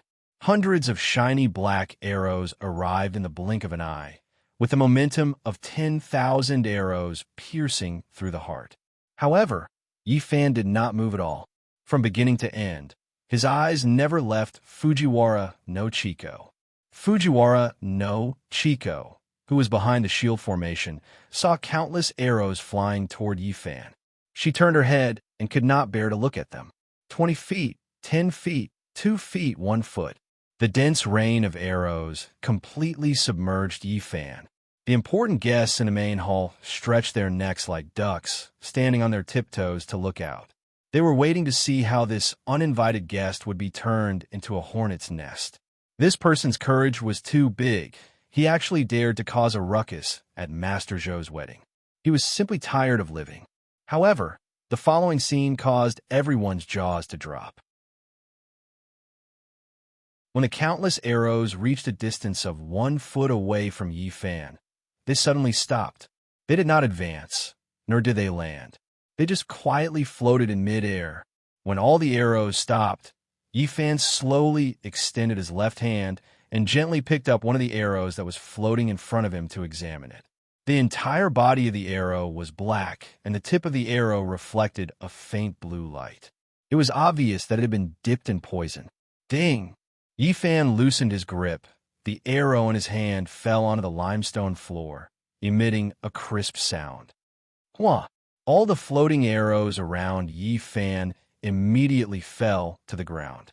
These falling black arrows formed a huge black circle around Yi Fan. It was a ghastly sight. The scene caused everyone to become strangely quiet, so quiet that it was terrifying. Cui Ziwen smiled, not saying a word. Matsumoto Takeyoshi was expressionless, not saying a word.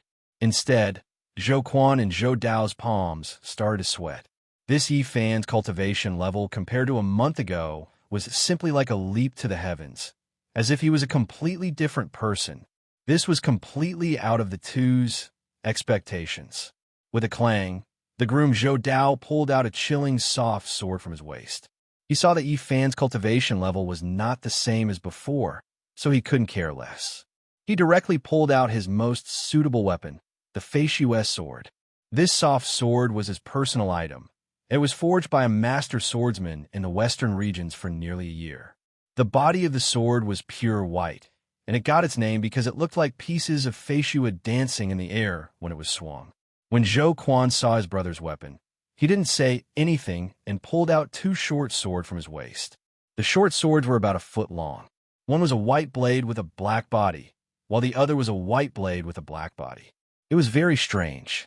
Unlike other sabers, which usually only had 1 blade, his saber had 2 blades. The back of the saber had been sharpened as well. It was incomparably sharp. "I don't want to kill today," the expressionless Yi Fan said coldly. "Return Chico to me, and I won't make things difficult for you." Swish, swish, swoosh.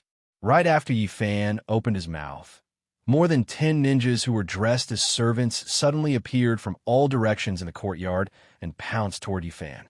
They held shiny battle swords in their hands and moved swiftly with small steps. They were using the famous sneak attack tactic of Japanese ninjas. In the blink of an eye, their sharp battle sword were less than 3 meters away from Yi Fan. Yi Fan raised his head slightly, took a deep breath, and then gently closed his eyes. The ninjas continued to charge forward. A few of the ninjas at the front stepped on the ground and jumped high into the air, slashing down with their swords. The rest of the ninjas used their swords to stab Yi Fan. Yi Fan's eyes remained closed, and he did not move in the slightest as he faced more than 10 glinting battle swords that pierced through the air. When the swords were 3 feet away from Yi Fan, the swords in the hands of the ninjas were like the arrows just now, stopping in their tracks. It was as if there was an invisible wall that blocked the attack of the swords. No matter how much strength the ninjas used, they couldn't move forward at all. At this moment, Yi Fan, who hadn't moved at all, suddenly opened his eyes. Suddenly, a strong and domineering aura surged around him. Boom! Yi Fan's aura shook the dozens of ninjas who had stopped moving forward, causing them to spit out blood and fly backward. Clang, clang. After the ninjas hit the wall, they fell heavily to the ground and died on the spot. The swords in their hands, which were made of stainless steel, were all broken into pieces and scattered on the ground. "Release the arrows. Use the heavy crossbows," Zhou Quan ordered again.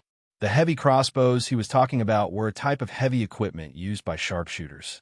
They looked similar to a repeating crossbow, but were several times larger.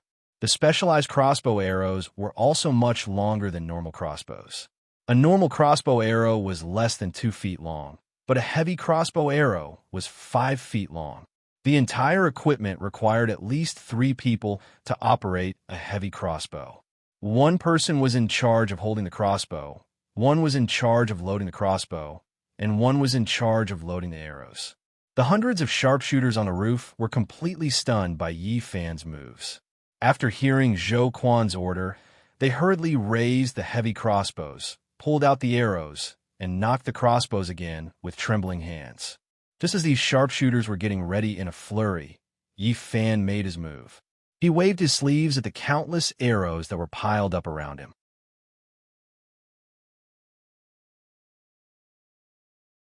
Chapter 159. On the roof, the heavy crossbows had just been propped up.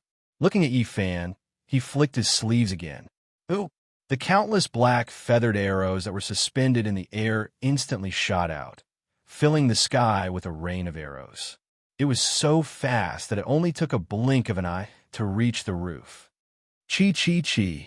The godly archers on the roof didn't even have time to knock their heavy arrows before they were pierced by the black feathered arrows that filled the sky. The long arrows pierced through their bodies and blood splattered everywhere. Plop, plop. Countless corpses rolled down from the roof. In the blink of an eye, the originally simple and elegant courtyard was filled with corpses that piled up like a mountain. These godly archers never thought that they would die from their own arrows. This was just like the old saying, those who are good at swimming will die in the water. Those who play with fire will burn themselves. I've said it before, I don't want to start a massacre. Yi Fan coldly looked at the corpses in the courtyard and said to the 2 people in front of him, "You forced me to do this." After the guests in the hall saw hundreds of corpses rolling down from the roof, they couldn't take it anymore. Dozens of people crazily pushed aside the soldiers holding the shields and rushed out of the hall. They loudly shouted as they ran out of the purgatory like old house. In the hall, there was only Cui Zuan, the 2 law protectors, Matsumoto Takeyoshi, the 2 green and white envoys, and Fujiwara no Chiko, who had a shocked expression and widened eyes. Cui Zuan slightly frowned. Compared to the last time they met, Yi Fan's cultivation had not only increased, but his killing intent had also increased along with his cultivation. He did not know what method Yi Fan had used to cause such a drastic change. He only knew that Yi Fan must have cultivated a forbidden technique to be able to reach such a realm. The consequences of using a forbidden technique were unimaginable. The slightest mistake could lead to a great error. If this continued, this young man would sooner or later fall into the devil's path and be unable to extricate himself. On the other hand, Matsumoto Takeyoshi was expressionless. He stood up and looked at the young man that Great God Xietian had predicted would become his and Great God's enemy. Now it seemed like Great God Xietian was right. This young man's progress was incredibly fast. "Sir," the man in blue behind Matsumoto Takeyoshi stepped forward and walked to Matsumoto Takeyoshi's side. He whispered in Japanese, "The 2 young masters are definitely not this person's match. I will go and meet this Yi Fan." As he spoke, he lifted his leg and was about to walk out of the door. However, Matsumoto Takeyoshi stretched out his hand and blocked the man in blue. The green-clothed man glanced at Matsumoto Takeyoshi with a puzzled expression. Didn't he just say that he should help the 2 of them? Why is he stopping me now? The trouble is caused by them. Let them deal with it first. Matsumoto Takeyoshi lowered his arm and replied to the green-clothed man in Japanese, "If they can't deal with it, it won't be too late for Sir to make a move." But the green-clothed man hesitated. "I'm afraid the 2 young masters will be at a disadvantage. This is a lesson for the 2 of them to understand that there is always someone better than them." Matsumoto Takeyoshi looked at Fujiwara no Chiko behind him. For their own selfish desires, they almost messed up my plan. Today, I will let them suffer a little. The green-clothed man did not speak after hearing this. He retreated behind Matsumoto Takeyoshi again. Matsumoto Takeyoshi was right. If Zhou Quan had not taken the initiative to kidnap Fujiwara no Chiko, then Zhou Dao would not have taken a fancy to Fujiwara no Chiko, let alone cause Fujiwara no Chiko to lose her memory. In this way, Yi Fan would still be with Fujiwara no Chiko. He would not have the cultivation level he had today. At best, he would be a small problem. But now, because Yi Fan's beloved wife was kidnapped, his memory was forcibly changed, and he was even going to become someone else's wife. This huge change accelerated Yi Fan's cultivation progress and became a big problem for Matsumoto Takeyoshi ahead of time. It was normal for Matsumoto Takeyoshi to be angry. In the courtyard, Zhou Quan and Zhou Quan felt an unprecedented pressure. Originally, the two of them were fully prepared. They planned to take advantage of the wedding day to force Yi Fan to come and save his wife, and then use this opportunity to kill Yi Fan. This way, they could make a great contribution in front of Matsumoto Takeyoshi and also get the beauty. It was killing two birds with one stone,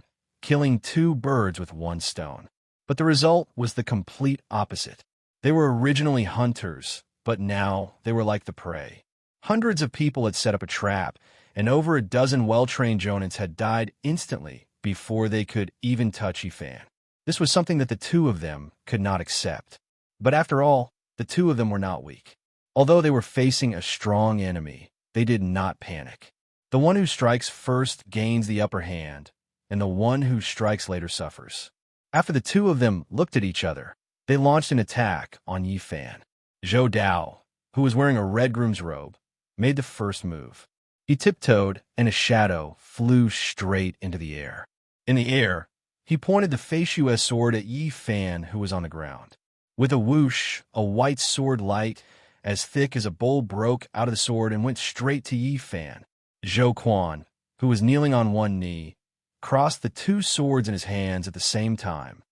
Buzz! The sound of metal clashing could be heard. As the two swords separated, two black arcs of light were swung out from the two swords. They flew close to the ground at high speed toward Yi Fan's legs. The speed of the arcs of light was extremely fast. When they swept across the ground, they created two trails of smoke and dust. It was very domineering. Although the two of them were not biological brothers, their cooperation was better than that of biological brothers. They were not inferior at all. The two of them, one above and one below, one in black and one in white, one in single pair, completely sealed off Yi Fan's escape routes in the blink of an eye. There was no way out. These two moves were ruthless and clean. They were not sloppy at all. In the hall, the green-clothed man watched the two of them make their moves and nodded slightly. From the way the two of them attacked, they must have been taught by a master. Otherwise, they would not have reached such a realm at such a young age. On the other hand, the white-clothed man, who was taciturn, had his eyes fixed on the expressionless Yi Fan. He did not pay attention to Zhou Quan and Zhou Dao's moves at all. It was not only him. Cui Zuan, who had also stood up to watch the battle, was the same. He focused all his attention on Yi Fan. His sharp eyes were fixed on Yi Fan's every movement, every breath, and even the slightest changes in his eyes. Matsumoto Takeyoshi, on the other hand, was watching the three of them fight with an expressionless face. Swoosh! The white sword light broke through the air. Wonk! The black arc of light whizzed over. At this critical moment, Yi Fan did not move at all. His body slowly rose 3 feet from the ground and floated up. Swoosh!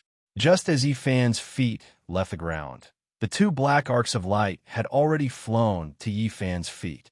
What was inconceivable was that the two arcs of light actually changed directions under Yi Fan's feet. With a change in angle, they rapidly rushed up, heading straight for the soles of Yi Fan's feet. Looking at Yi Fan again, he actually did something even more unexpected. In the instant that the black arcs of light rushed up at high speed, Yi Fan's body did not rise up, but instead fell down heavily.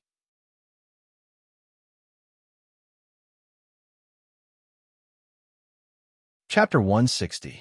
In an instant, gravel flew everywhere.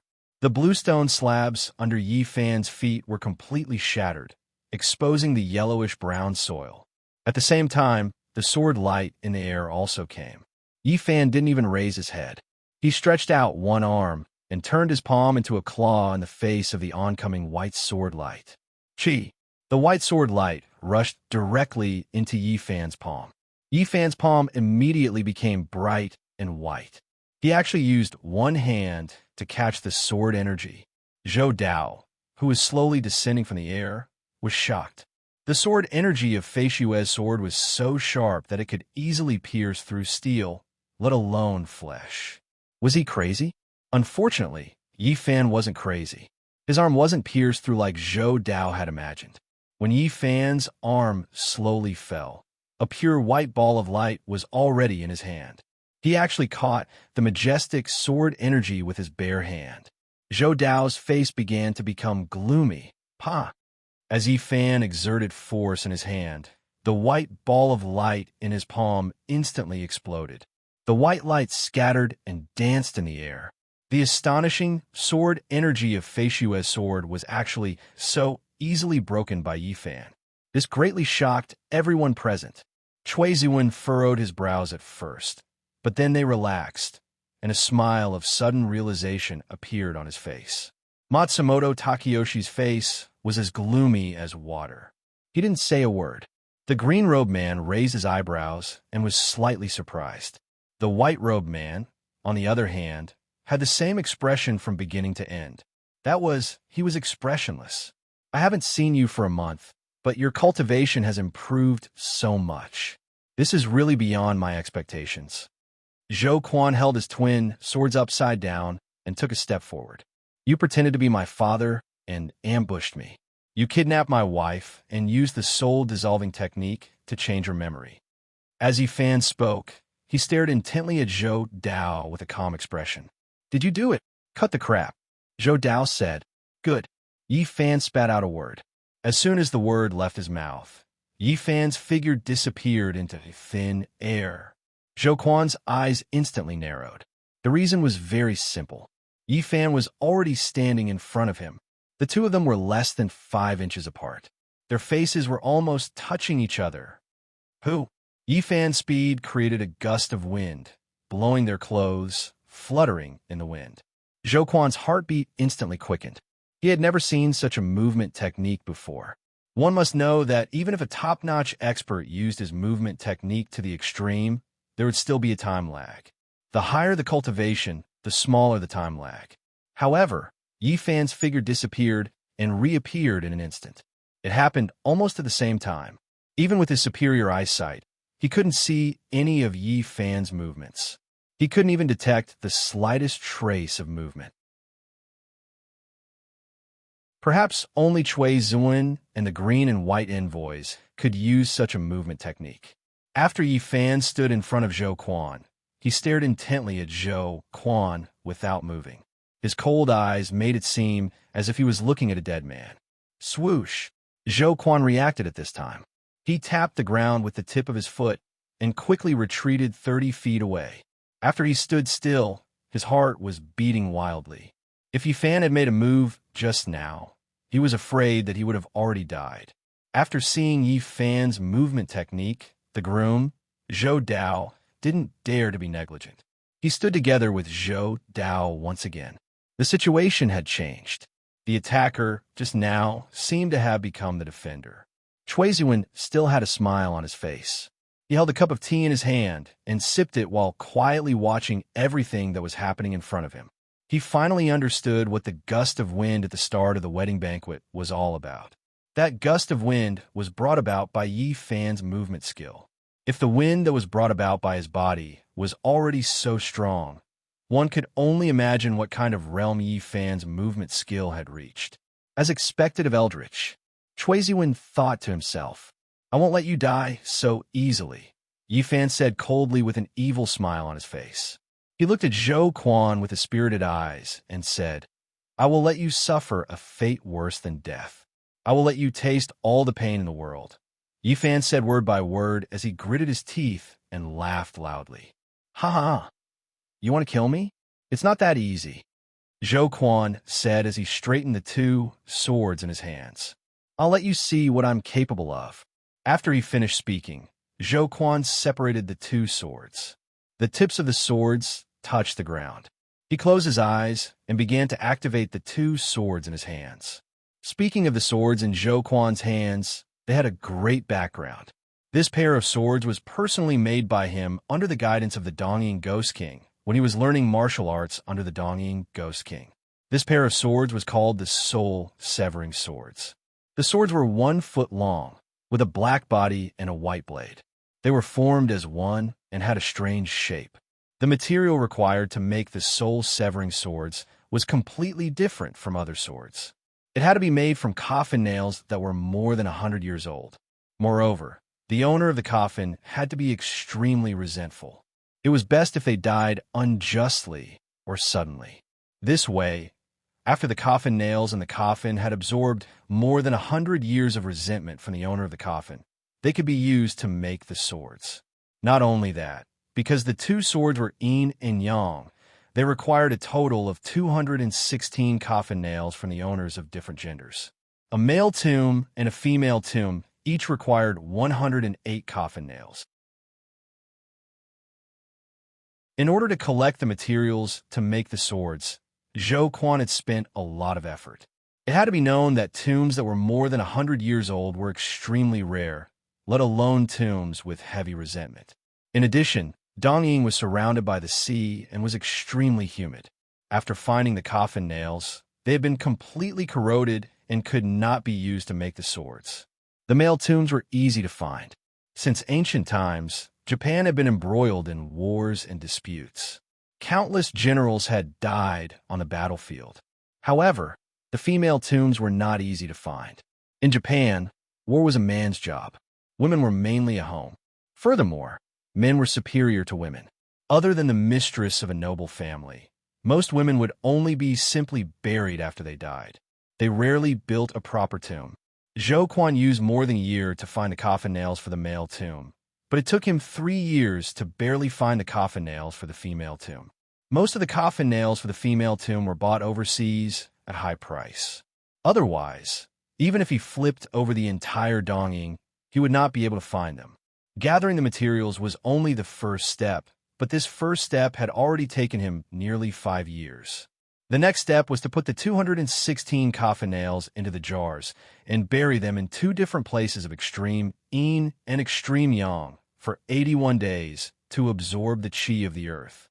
During these 81 days, there had to be special people guarding these 2 places to prevent anyone from passing through. The reason for this was that the coffin nails had too much resentment. After being soaked in the resentment of the tomb owner for more than 100 years, they had already gained spirituality and became very violent. If 1 coffin nail was already like this, then 108 of them would be even worse. With such a huge amount of resentment gathered together, if someone passed by, it would definitely pull the person's soul and steal the person's soul. That was why he sent someone to guard this place with the Yin Tremor Talisman. After 99 days, the 2 jars of coffin nails that were covered with talismans were taken out. Only then did the material stage was completed.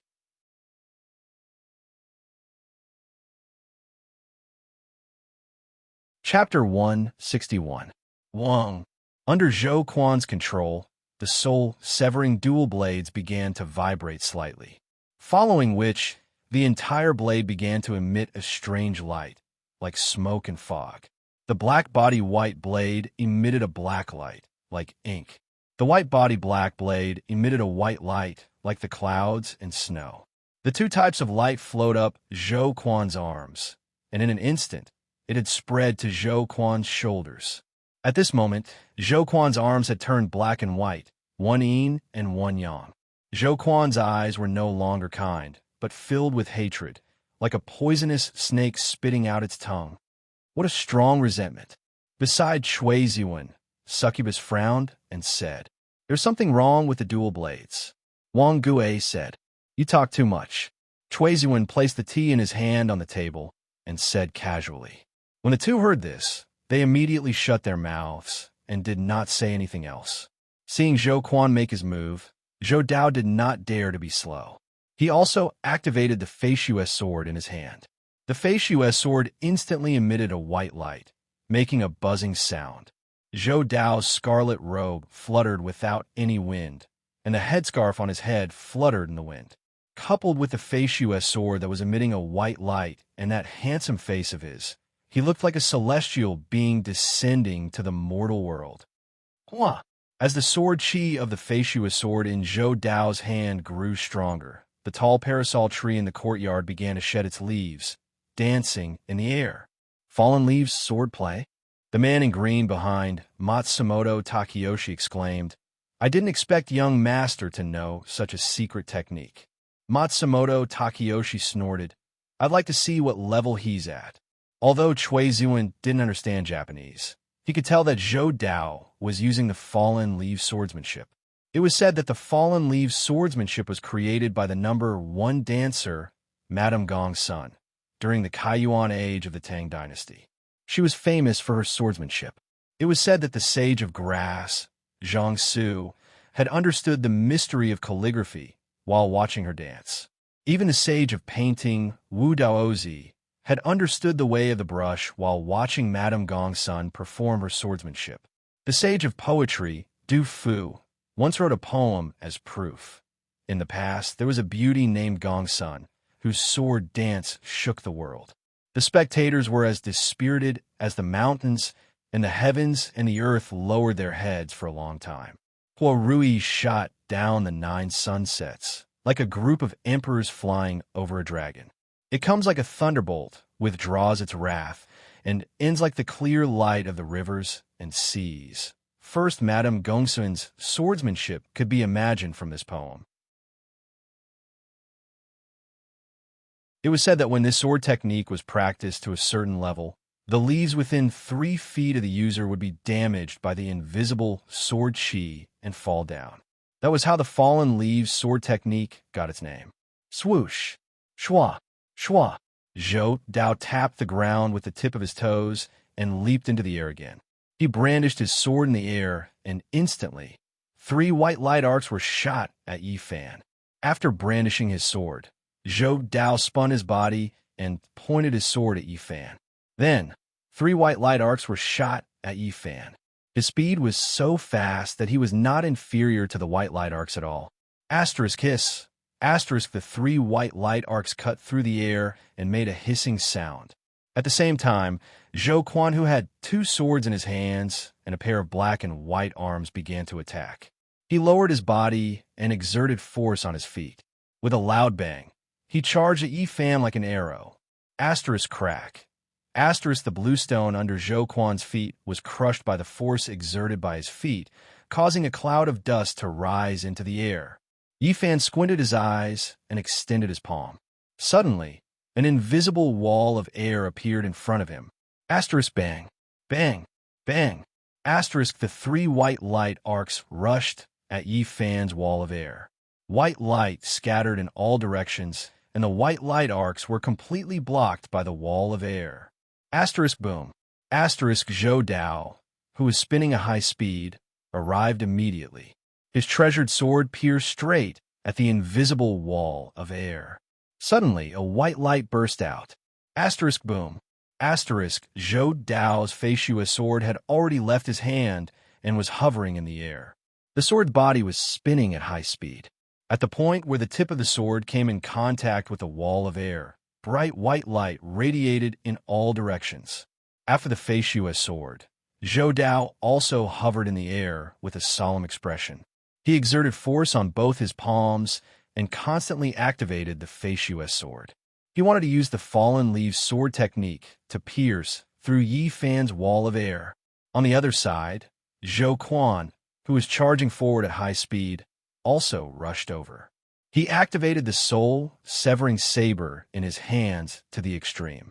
His 2 sabers, which were originally only a foot long, began to emit a half-a-foot-long saber beam. Although Zhou Quan's cultivation was on par with Zhou Dao, he had much more combat experience than Zhou Dao. When he saw that his elder brother Zhou Dao's Facius sword was in a stalemate with Yi Fan's wall of air, the moment he arrived in front of the wall of air, his 2 sabers lightly slashed at the blue stone beneath his feet. Asterisk bang. Asterisk Zhou Quan raised his saber and slashed down. Immediately, gravel scattered in all directions and dust rose up. The gravel hit the wall of air, creating loud bangs. When the azure-clothed man saw this scene, he revealed an imperceptible smile. He had already seen through Zhou Quan's thoughts. Asterisk qua. Asterisk gravel fell down like a rain of stones. The ground where the soul-severing saber had slashed through left a deep pit. One could imagine how powerful the soul-severing saber was. However, to everyone's surprise, Zhou Quan was nowhere to be seen. When Yi Fan saw this, the corner of his mouth curved up. He had seen through Zhou Quan's trick. Sure enough, when Zhou Quan disappeared, Yi Fan felt a strange aura rush up rapidly from below his feet. He immediately tapped the ground with the tip of his foot and rose up. Asterisk boom. Asterisk the moment Yi Fan's feet left the ground. The black and white saber beams of Zhou Quan's soul-severing saber had already rushed out of the ground. It turned out that Zhou Quan saw that Yi Fan's air wall was very thick. Even his elder brother's Feishu's sword and the fallen leaves swordsmanship could not pierce through it. Hence, he had an idea. Although the air wall was powerful, it was not unbreakable. After all, the air wall could only be used on the ground. It was useless underground. Hence, when he rushed to the air wall at high speed, he quickly used the saber beams of the two sabers in his hands to shatter the bluestone slabs under his feet. There were two reasons for doing this. Firstly, he could create a cloud of gravel and dust to divert Yi Fan's attention to cover himself. Secondly, the ground was covered with thick bluestone slabs. If he did not shatter them, he would not be able to use his earth escape technique. When Yi Fan saw the pit, he completely understood Zhou Quan's intentions. That day in the garden of the Yi residence, after his father, Yi Kong, exposed Zhou Quan's identity, Zhou Quan had relied on this earth escape technique to come and go as he pleased. Asterisk bang. Asterisk dust scattered in all directions, and gravel flew everywhere. With the soul-severing saber in hand, Zhou Quan rushed out of the ground under Yi Fan's feet at high speed. He rushed straight up to Yi Fan, who was in midair. The tip of the soul-severing saber was less than half a foot away from Yi Fan's feet. He had succeeded. Zhou Quan was secretly delighted. He fiercely urged the soul-severing saber again. The soul-severing saber whimpered, and the saber beam suddenly increased by half a foot.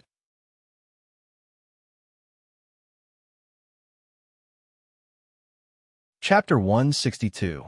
Just as the soul-severing saber's blade was about to touch Yi Fan's feet, Yi Fan's body moved. Instead of rising, he fell. His speed was so fast that Zhou Quan, who was below him, could not see his movements clearly. As Yi Fan fell, he retreated half a foot and quickly avoided the soul-severing saber's attack. As Yi Fan's falling speed was extremely fast, and Zhou Quan's rising speed was not slow either, the two of them instantly reached the same height and were face to face. However, it was too late when Zhou Quan saw Yi Fan with a sinister smile on his face facing him. Yi Fan quickly lifted one of his legs and then suddenly straightened it. He kicked Zhou Quan's chest, who had just reacted. Bang! After Zhou Quan was kicked by Yi Fan, his body immediately flew backward at high speed and crashed straight into the air wall behind him. Zhou Quan spat out a mouthful of blood. After hitting the air wall, he fell again. Dong! Zhou Quan landed on the ground, and his two sabers fell to the side. For safety reasons, he deliberately wore a protective soft armor today in case of any accidents. Even so, Yi Fan's kick still shattered his liver and gallbladder, causing him to spit out a mouthful of blood. He struggled to get up, but his body was weak and his chest was in pain. He could only watch as Yi Fan fell from the sky and landed in front of him. Does it hurt? Yi Fan smiled as he squatted down and looked at Zhou Quan with a smile. Zhou Quan's face was filled with anger. The corner of his mouth was bleeding. He suddenly raised his head and wanted to speak, but his internal organs were damaged and his qi was scattered. At this moment, he could not even say a word. That's right. Yi Fan smiled as he patted Zhou Quan's face. I want you to be in pain. Next time, I'll change it to another place. Head? Leg? In short, it won't be breasts anymore, Yi Fan said as he looked at Zhou Dao, who was still working hard on the other side of the air wall. Zhou Dao saw Zhou Quan fall down but he couldn't even break through the chi wall. At this time, his face was full of anger. "Don't worry, it's your turn now," Yi Fan said with a smile. Such arrogance at such a young age. At this moment, a green shadow rushed out from the hall and arrived in front of the air wall in the blink of an eye. His movement was as fast as lightning. This person was none other than the green-clothed man behind Matsumoto Takeyoshi. Seeing that Zhou Quan was seriously injured, he didn't have time to ask for Matsumoto Takeyoshi's permission before he used his movement technique and directly entered the courtyard. Succubus and Wangue, who were behind Chui Ziwen, frowned slightly. This person's movement technique was so fast that it was rarely seen. Although they were very close, they didn't see a move at all. It seemed that there was no lack of top-notch experts in Japan. Chui Ziwen, on the other hand, had a smile on his face. He did not care at all. What he wanted to know the most was what level Yi Fan's cultivation had reached. This was what he was most interested in. As for other things, he was not interested in them at all. When the green-clothed man arrived in front of the air wall, he reached out and touched it. To have such a cultivation at such a young age, it's really an eye-opener. However, young people shouldn't be arrogant. You must know that there will always be someone better than you, the green-clothed man said as he struck out with his palm and directly hit the invisible air wall. Boom! The air waves spread and a strong wind blew. The gravel on the ground was blown up and the air wall, which was more than 100 feet tall, instantly collapsed and no longer existed. Swoosh! After Yi Fan's air wall disappeared, Zhou Dao, who was hovering in midair, was immediately free. With a shake of his sword in his hand, he descended from the sky. "Young master, stop!" The green-clothed man saw Zhou Dao charging towards Yi Fan like a madman and immediately shouted. With his current cultivation, he was no match for Yi Fan. However, Zhou Dao, who was descending from the sky, turned a deaf ear to his words. Not only did he not stop, but he continued to urge the Feishuo sword in his hand to descend with a flash of light. When the green-clothed man saw this, he shook his head sadly. It seemed that Matsumoto Takeyoshi was right. They wouldn't stop until they suffered some setbacks. There was an old saying in the Central Plains, "Don't turn back until you hit the wall. Don't cry until you see the coffin." Oomph! Yi Fan snorted when he saw that Zhou Dao wasn't listening to the green-clothed man's advice. He lowered his head and smiled at Zhou Quan, who was still spitting out blood at his feet. "Your big brother isn't listening. Why don't you go and persuade him?" As he spoke, he raised his leg and kicked the heavily injured Zhou Quan into the air again. Zhou Quan flew straight toward Zhou Dao, who was charging at him. Yi Fan did not go back on his words. This time, he kicked Zhou Quan's ribs. When he kicked Zhou Quan, he could clearly hear the crisp sound of his ribs breaking. Phew! Zhou Quan, who was in so much pain that he couldn't speak, rushed towards Zhou Dao like a sandbag.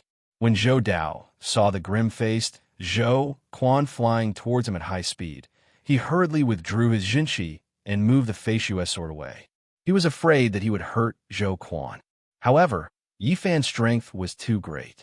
Zhou Quan's speed was extremely fast, like an arrow leaving a bow. By the time Zhou Dao moved the sword away, Zhou Quan had already flown in front of him.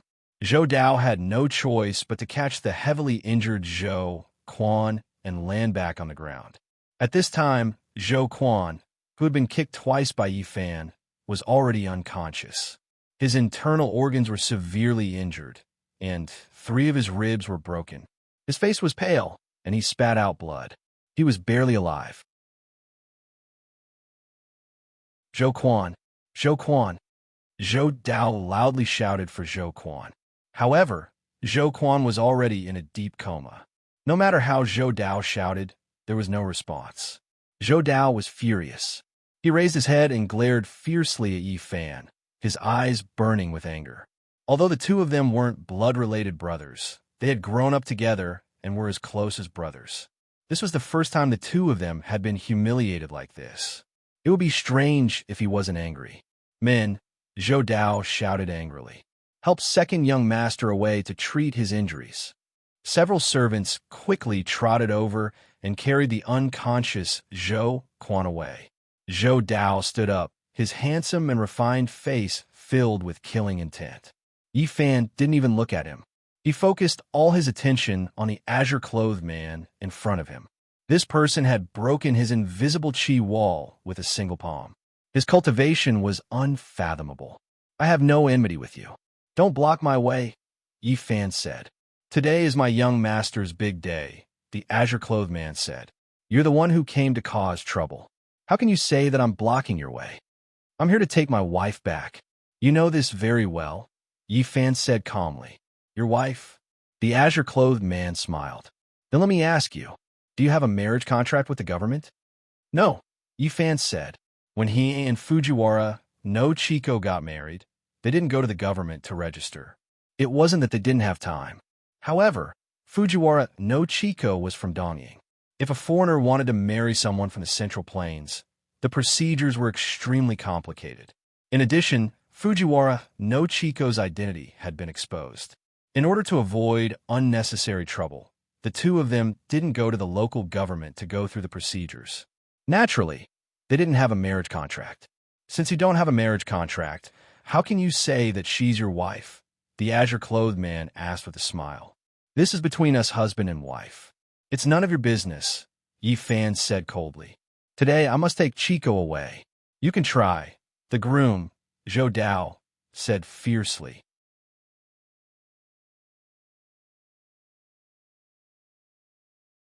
Chapter 163.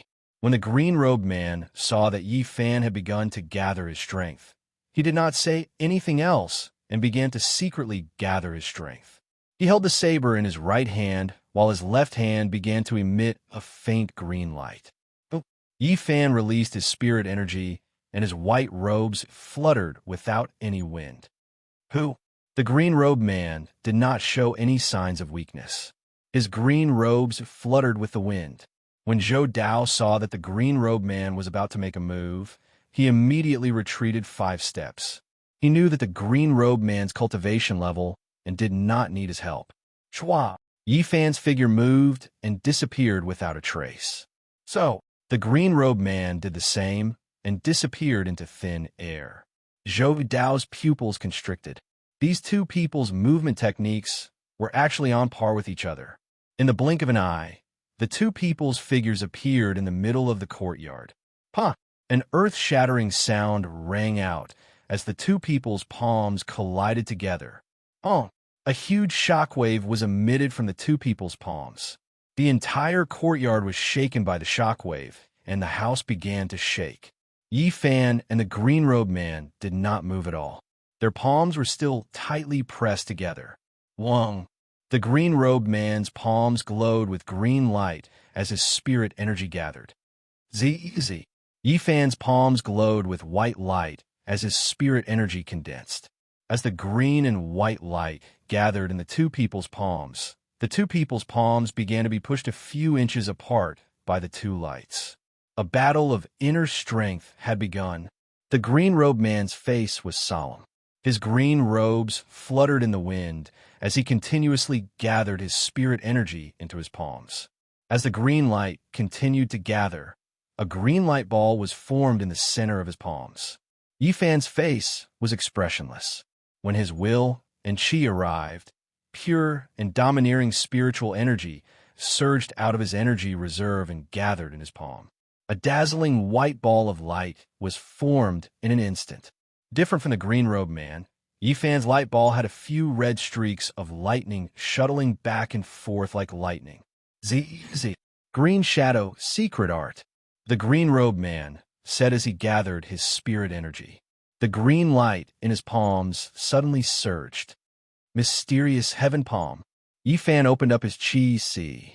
Without the restraint of his chi si, the pure and refined spiritual energy instantly gushed out along his meridians. The white ball of light in the center of his palm suddenly shone brightly and expanded to 1 foot in size. The red lightning inside it crazily shuttled back and forth. Boom! The two balls of light, one green and one white, exploded in an instant. Green light scattered in all directions, while red light danced chaotically. The earth trembled and houses collapsed. Waves of air surged up for hundreds of zhang and did not disperse for a long time. Looking at the ground again, all the blue stone tiles in the courtyard were completely shattered in an instant. Even the rubble of the house was sent flying into the air. Even the two stone lions at the entrance were swept up high by the shockwave created by the two people's palms, flying straight into the air. In the blink of an eye, rubble, scraps of wood, and the hundreds of corpses in the mansion all shot up into the sky. The quiet and elegant mansion was razed to the ground in an instant, swoosh. With a flicker, Chui Zuan, the succubus, and the ghoul both appeared outside the mansion. Swoosh! The two green and white envoys also appeared out of thin air, carrying Matsumoto Takeyoshi. The two of them carried Matsumoto Takeyoshi in one hand and a person in the other. The one in green was carrying the groom, Zhou Dao, while the one in white was carrying the unconscious Zhou Quan. Such a good mansion, what a pity. Chui Zuan looked at the smoke and dust rising into the sky with a look of regret and shook his head. Matsumoto Takeyoshi turned his head to look at the frightened Zhou Dao. I say, Lord Zhou, where's your bride? Ruoli? Zhou Dao suddenly remembered Fujiwara no Chico. He broke free from the green-robed man's grip and was about to rush into the mansion. The green-robed man did not let go and held tightly on his Zhou Dao's arm without saying a word. Let go of me! Let go of me! Zhou Dao struggled with all his might. Pa! Matsumoto Takeyoshi took a few steps forward and gave Zhou Dao a resounding slap. Zhou Dao was immediately silenced by this slap. He knelt on the ground dispiritedly and dug his fingers deep into his hair. He was in so much pain that he wished he was dead. Useless thing. Matsumoto Takeyoshi scolded and immediately turned around. Let's go. The white-robed man, carrying Zhou Quan, also turned around and followed closely behind Matsumoto Takeyoshi. The green-robed man walked in front of Zhou Dao and patted him on the shoulder before turning to leave. Chui Zuan was still standing there with a smile on his face as he looked at the gradually dissipating smoke. This battle with Yifan had really surprised him. He had originally brought Succubus and Sprite to the banquet because he was worried that if Yifan's rescue was hindered, the two of them could secretly help. Who would have thought that this Yifan would only use a month's time to be reborn? His cultivation had increased tremendously, and it was as though he was a completely different person. In this battle, Yifan had killed a total of over 300 sharpshooters and more than 10 Japanese ninja experts.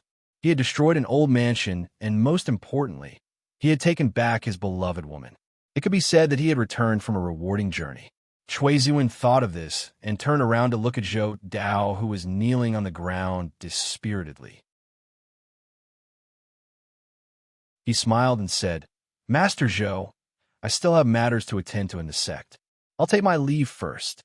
Then he turned around and said to Succubus and Sprite behind him, Let's go. Swoosh!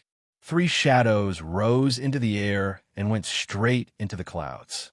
On the empty ground, Zhou Dao, who was wearing a groom's robe, began to sob softly. Perhaps he now understood the pain that Yifan had gone through. Tens of miles away, Yifan was flying in the air with Fujiwara no Chico in his arms. Fujiwara no Chico's beautiful eyes were tightly shut, and she was unconscious. In order to prevent her from struggling, Yifan sealed her sleeping acupoint. Looking at his beloved wife in his arms, Yifan felt a sense of security that he had never felt before. They had been apart for less than 2 months, but to him, it was as unbearable as 20 years. Today, the heavens did not disappoint the faithful. He was finally reunited with his beloved wife. When he was competing with the green-clothed man, he was already prepared to take advantage of the chaos to snatch her away. If the green-clothed man was already like this, then the white-clothed man behind Matsumoto Takeyoshi would be even more difficult to deal with. Yifan did not have time to continue fighting with them. Thus, when he mobilized the pure spiritual energy in his body to suppress the green-clothed man, he secretly observed Fujiwara no Chico's position and used his movement technique to take away Fujiwara no Chiko the moment the two sides' internal forces erupted. The green-clothed man did not expect that Yifan's internal force would be so strong and overbearing. The result was completely out of his expectations.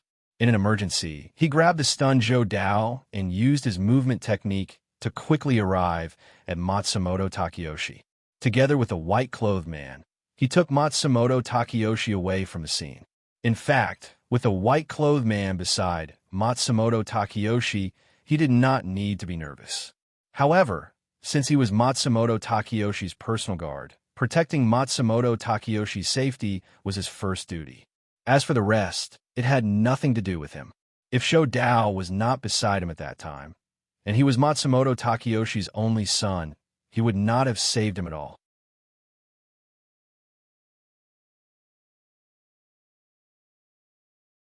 Chapter 164.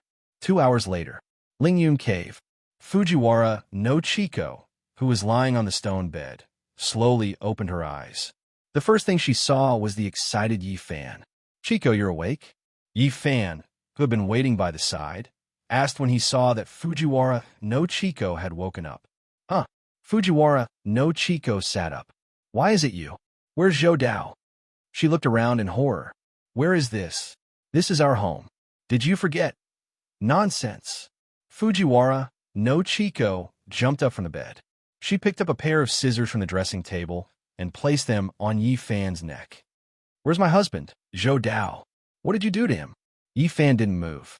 He stared at Fujiwara no Chiko, feeling as if a knife was being twisted in his heart. "Tell me, or I won't be polite," Fujiwara no Chiko said. She tightened her grip on the scissors. "He's not Zhou Dao," Yifan said calmly. "And he's not your husband. I'm your husband. You're spouting nonsense." Fujiwara no Chiko's beautiful eyes narrowed. "Tell me, what did you do to him? Where's this?" "He's unharmed," Yifan said. "This is Fengming Mountain's Lingyun Cave. It's our home." Fujiwara no Chiko looked around.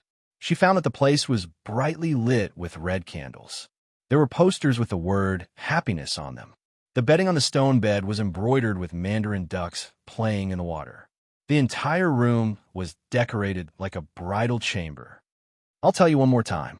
My name is Zhou Ruoli, not your Chiko. If you don't give up, I won't be polite to you," Fujiwara no Chiko said as she turned and ran out. Yifan, who was sitting on the stone bed, slowly got up and followed her out. This was the Lingyun Cave, which towered into the clouds. Since Fujiwara no Chiko had lost her memory, she must have forgotten how to open the barrier around the stone door. Therefore, he was not worried that Fujiwara no Chiko would get lost. Sure enough, when Yifan walked out, he saw Fujiwara no Chiko anxiously touching the stone door, looking for the mechanism to open the stone door. "Don't bother. You can't open this stone door," Yifan said, "unless you can recover your memory." Fujiwara no Chiko ignored Yifan and carefully looked for the switch. Yifan saw that she did not believe him, so he simply sat at a stone table not far from the stone door and quietly watched Fujiwara no Chiko work blindly. He had not seen her for 2 months. He wanted to take a good look at her. Even if she had lost her memory, Yifan felt at ease. After all, he had saved her. Fujiwara no Chiko was busy for a while, but she did not have a clue. She anxiously took a few steps back, calmed down, and hit the stone door with her palm. She wanted to break this stone door. Boom! There was a loud sound, and the airwaves scattered. The huge force rushed to the stone door and quickly rebounded. She was forced to take 5 steps back before she could stabilize her body. However, the stone door did not move at all. Yifan laughed. The entire Lingyun Cave was covered with barriers set up by Brother Kim. Not to mention Fujiwara no Chiko. Even he would not be able to open the barriers if he did not know how to open them. Fujiwara no Chiko saw Yifan laughing at her. She bit her lips and stood in a good position again. After concentrating her chi, she struck with both palms. Boom! This time, her strength was several times stronger than before. As a result, the force of the rebound increased several times, causing Fujiwara no Chico to be sent flying.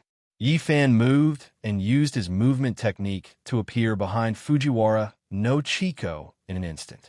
He pulled the flying Fujiwara no Chico into his arms. Let go. Fujiwara no Chico broke free from Yifan. She reached out with one hand and aimed at Yifan's heart.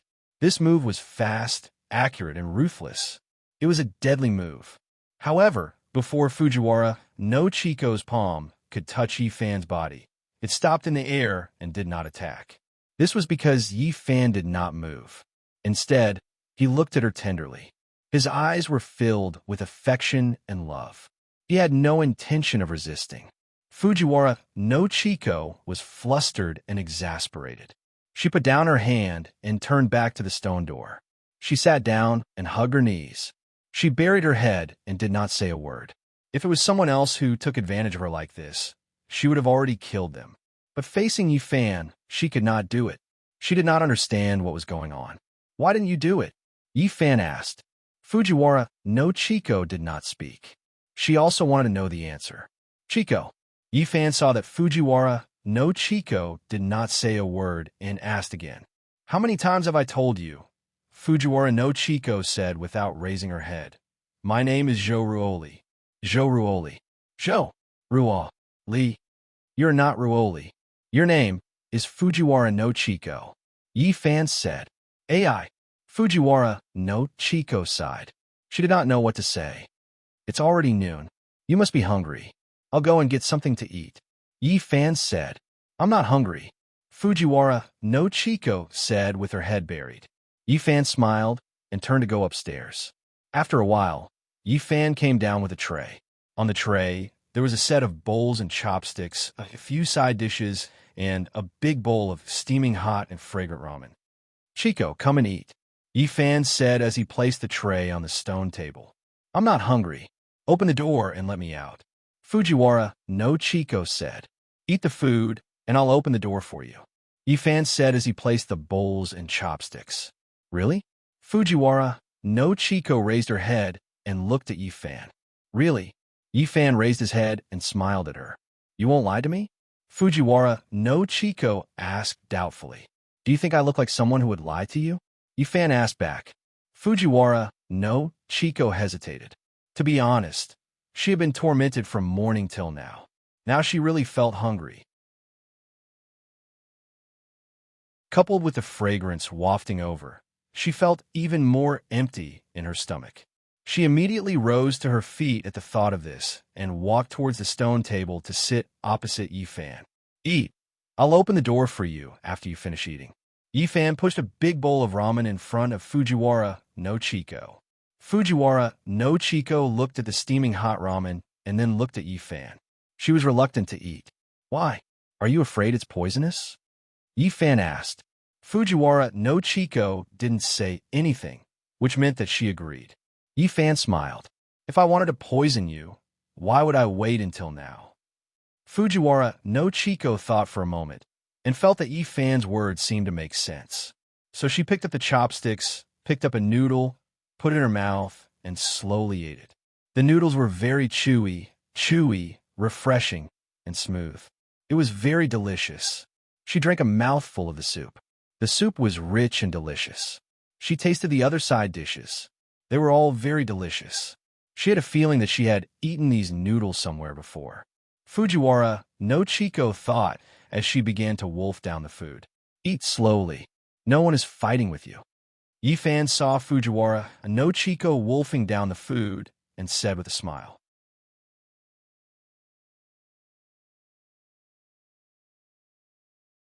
Chapter 165. Is it delicious? These are all your favorite dishes. Yifan stood up and cleaned up the dishes with a smile. It took me several days to learn. You said that the ramen I make is as good as the Yoshino ramen from your hometown in Japan. I'm done eating. You should open the door for me, Fujiwara no Chico said to Yifan as she wiped her mouth after finishing the ramen. Okay, I'll open the door for you, Yifan said as he waved his sleeve at the stone door. With a rumble, the stone door opened. After opening the door, Yifan slowly walked up the stairs with the tray. Fujiwara no Chico didn't expect Yifan to really do as he said and opened the stone door for her. She rushed to the stone door and prepared to rush out. However, when she reached the door, she was dumbfounded. Outside the stone door, white clouds drifted and a cold wind blew. This place was at least a few hundred feet above the ground. She now understood why Yi Fan had so easily agreed to open the door for her. With such a high distance, with her cultivation, there was no way she could escape. If she forced herself to jump down, she would definitely be smashed to pieces. Isn't the scenery here beautiful? Yi Fan's voice came from behind her. Fujiwara no Chiko turned around and glared at Yi Fan, her face pale. What's wrong? Yi Fan pretended to be innocent. Didn't you ask me to open the stone door for you? Take me down, Fujiwara no Chiko said through gritted teeth. Absolutely not, Yi Fan said as he waved his sleeve. With a rumble, the stone door closed again. Before you recover your memory, I won't let you leave here. What do you want? Fujiwara no Chiko said in exasperation. I'm not your wife. I'm not. You've got the wrong person. You've really got the wrong person. After saying that, she walked back to the stone table angrily and laid down on it. I've been married to you for more than 3 months. Do you think I can't even recognize my wife? Yi Fan retorted. I already have an engagement with my cousin. Moreover, I've only been in the Great Ming Dynasty for less than 2 months. How could I possibly be your wife? Fujiwara no Chiko stood up and asked. There are many people who look the same in this world. You got the wrong person. Okay, then let me ask you, Yi Fan said as he walked in front of Fujiwara no Chiko. Do you have a pink mole on your right rib? Fujiwara no Chiko, who was sitting on the stone chair, was stunned when she heard this. Then, she suddenly stood up. Shameless madman. Fujiwara no Chiko cursed as she threw a punch at Yi Fan's face. Pa! Yi Fan reached out and grabbed Fujiwara no Chiko's arm. He asked curiously, What are you doing? You're shameless. Fujiwara no Chiko was so angry that her face turned red. Looking at your appearance of a gentleman, it turns out that you're actually a pervert. When Yi Fan heard this, he immediately understood what Fujiwara no Chiko meant. She thought that he had taken advantage of her when she was unconscious. If I was that kind of person, would you still be standing in front of me unscathed? Yi Fan asked. Fujiwara no Chiko was stunned for a moment. She loosened her grip on his arm. Yi Fan's words were not without reason. Seeing Fujiwara no Chiko calm down, Yi Fan let go of his hand. You didn't take advantage of me. How could you know that I have a mole on my right rib? Fujiwara no Chiko angrily asked. You're my wife. Which part of your body haven't I seen? Yi Fan said, Go to our new room and take a look. See if your hair is on the comb on the dressing table. See if your lipstick is on a red paper. See if the smell of your hair is on the pillow. Also look at your clothes. You'll know if I'm lying to you or not with just one look. Fujiwara no Chiko thought for a moment and said, You don't have to lie to me. These things don't prove anything. When I was unconscious, you could have prepared these things. Yi Fan was speechless for a moment. What? Am I wrong? Fujiwara no Chiko asked Yi Fan. Well, I'll show you something, Yi Fan said as he took off the Blood Phoenix jade spirit on his neck and handed it to Fujiwara no Chiko. Do you recognize this thing? This is... Fujiwara no Chiko took the Blood Phoenix jade spirit from Yi Fan. The moment it touched her hand, the Blood Phoenix jade spirit instantly shone with a red light. This spirit jade was condensed from the essence of heaven and earth. It recognized its owner. After seeing its real owner, it would naturally react. This was originally yours, Yi Fan said to Fujiwara no Chiko. Look at it. It's so happy to see you. This is...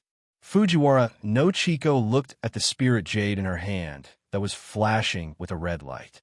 She said in disbelief, This is mine? To be honest, the moment Fujiwara no Chiko saw the Blood Phoenix jade spirit, she felt as if she had seen a relative she hadn't seen for many years. However, no matter how hard she tried, she couldn't remember anything about it. I can lie to you, but this psychic jade won't be able to, Yi Fan said. Now you believe me, right? This... Fujiwara no Chiko was speechless. There's one more thing that can prove your identity. Wait here. Yi Fan said as he floated to the second floor. After a while, he floated back down, holding Fujiwara no Chiko's sword case in his hand. Bang! Yi Fan placed the heavy sword case in front of Fujiwara no Chiko. Do you still remember this? After Fujiwara no Chiko saw the sword case, there was a buzzing sound in her head. It was as if something moved in the depths of her mind, but it returned to calmness in an instant. The thing in front of her was not only familiar, but she also had a strong urge to open it. It was as if something inside was calling out to her. What is this? Fujiwara no Chiko asked Yi Fan. See for yourself, Yi Fan said. Fujiwara Kienko looked at Yi Fan suspiciously. Then, she slowly walked to the scabbard and reached out her hand to touch the smooth scabbard. Buzz! The sword case, which had been quiet all this time, suddenly shook violently. Fujiwara no Chiko suddenly let go of her hand, her face full of disbelief. She glanced at Yi Fan and found that Yi Fan was also looking at her with a smile on his face. Buzz! The sword case shook more and more violently. Fujiwara no Chiko's feeling of being called out became more and more obvious. She could not wait to see her old friend in the wooden case. After a period of violent shaking, the scabbard opened automatically. Suddenly, a dazzling white light shot out from the scabbard, illuminating the entire cave in a snow-white color. Fujiwara no Chiko widened her eyes. At this time, her heart was beating rapidly. The desire in her heart had reached its peak. Buzz! A tiger's roar and a dragon's roar could be heard. A shining white battle sword flew out from the sword case towards Fujiwara no Chiko. Fujiwara no Chiko stretched out her hand and caught the white battle sword flying towards her. Buzz! The white battle sword in Fujiwara no Chiko's hand let out an excited cry. This is... Fujiwara no Chiko looked at the battle sword in her hand, tears welling up in her eyes. Although she couldn't remember what was going on, she deeply felt that this saber was hers. Judging from the sword's intent, this battle sword missed her very much, like an old friend who had not seen each other for many years. Swoosh! A tiger's roar and a dragon's roar could be heard again. Fujiwara no Chiko slowly pulled out the sword. White light, a dazzling white light. When the battle sword was completely unsheathed, Fujiwara no Chiko held the sword with one hand. She raised her head and closed her eyes. Tears flowed down her face as she quietly felt the battle sword in her hand. Seeing this scene, Yi Fan was also affected. This battle sword had been with Fujiwara no Chiko for many years. It had long been connected to her. Now that it was reunited with its owner after such a long time, it was naturally overjoyed. Do you know the name of this sword? Yi Fan asked. When Yi Fan asked this question, Fujiwara no Chiko's tears flowed out like a broken dam. Chiho, Fujiwara no Chiko said in a choked voice.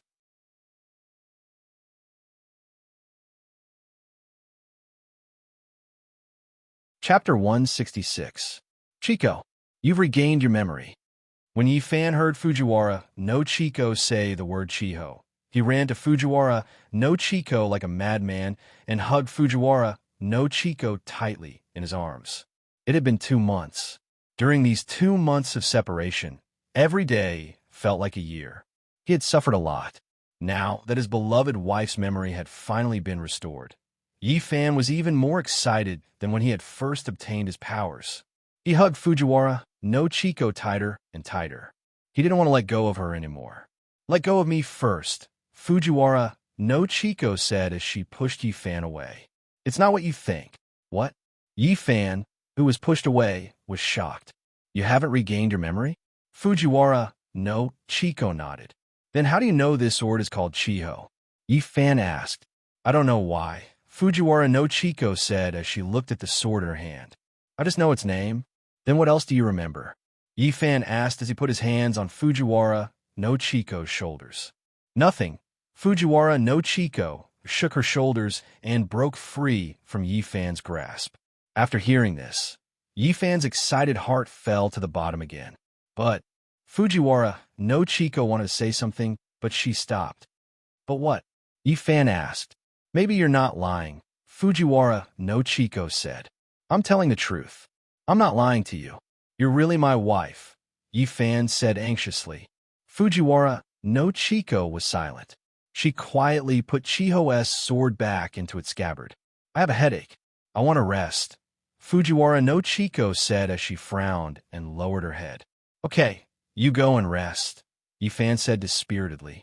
I'll call you for dinner. Fujiwara no Chiko put Chiho's sword back into its scabbard and then went upstairs with it. Yifan sighed and sat heavily on the stone chair. He fell into deep thought. Things were not going as smoothly as he had imagined. Although he had taken back his wife, the problem was not completely solved. Chiko's memory was still not restored. However, things were not as bad as he had imagined. At least Fujiwara no Chiko could still remember Chiho's name. This rekindled his hope. Although Fujiwara no Chiko's memory was completely erased, there was no way to erase the memory of her body. For example, no matter how her memory was changed, her habits and taste would never change. He thought about it. For the next few days, he would start with the food. He would make some of Fujiwara no Chiko's favorite food and see if it would have some effect. When the time was right, he would take her to the Yi family and see if the Yi family had any way to cure Fujiwara no Chiko. The afternoon passed quickly. In the blink of an eye, the sun had set in the west, and the moon had risen above the treetops. In the kitchen, Yifan was cooking and frying. He was meticulously preparing every dish. Stir-fried vegetables, braised pork trotters, jiang and fragrant rice, junjiang perch. He did not dare to be careless in any of the dishes. These dishes were Fujiwara no Chiko's favorite. He hoped that these dishes would help her restore her memory. After half an hour, the stone table was filled with 7 dishes, 4 meat and 3 vegetables.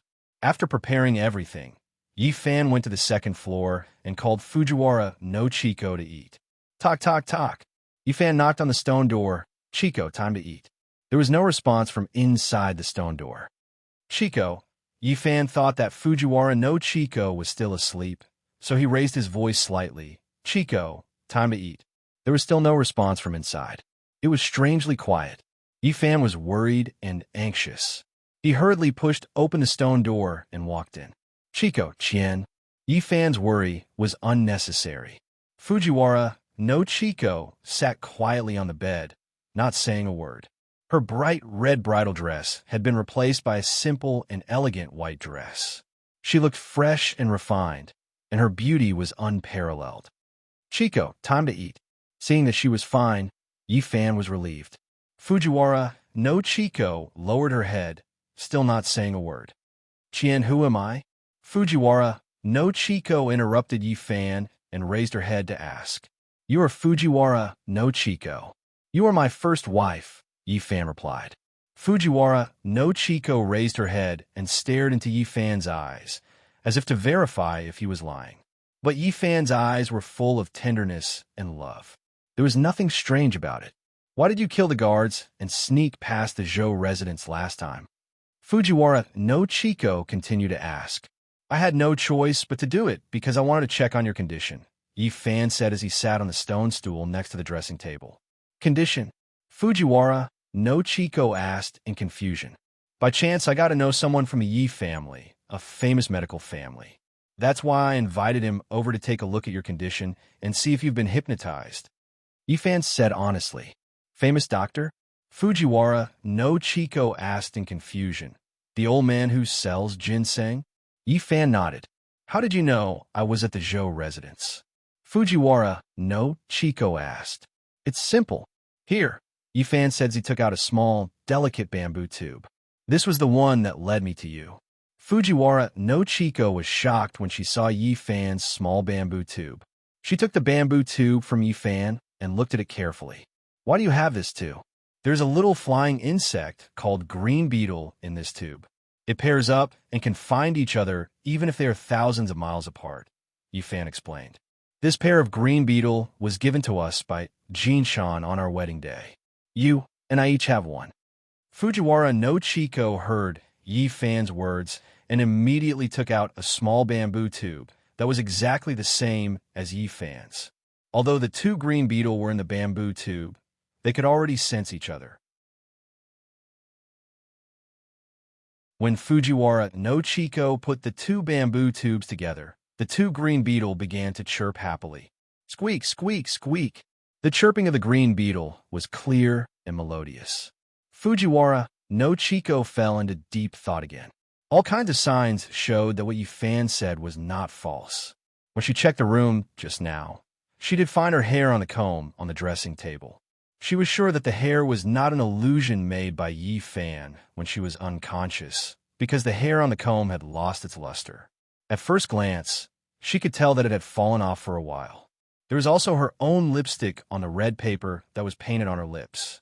The color of the red paper had also faded.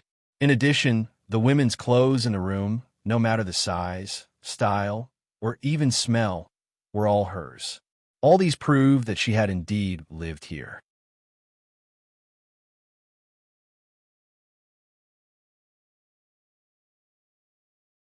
Chapter 167. Ah! Fujiwara no Chiko screamed and covered her head with both hands. Her mind was filled with all kinds of questions.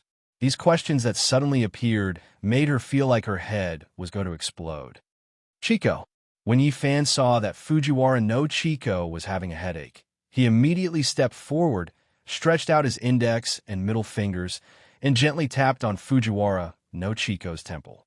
Then, he mobilized a trace of the purest Reiki in his body and slowly infused it into Fujiwara no Chiko's acupuncture point. Fujiwara no Chiko only felt a trace of coolness enter her brain from her temple, and the splitting headache disappeared in an instant. Are you feeling better? Yi Fan moved his hand away and asked with concern.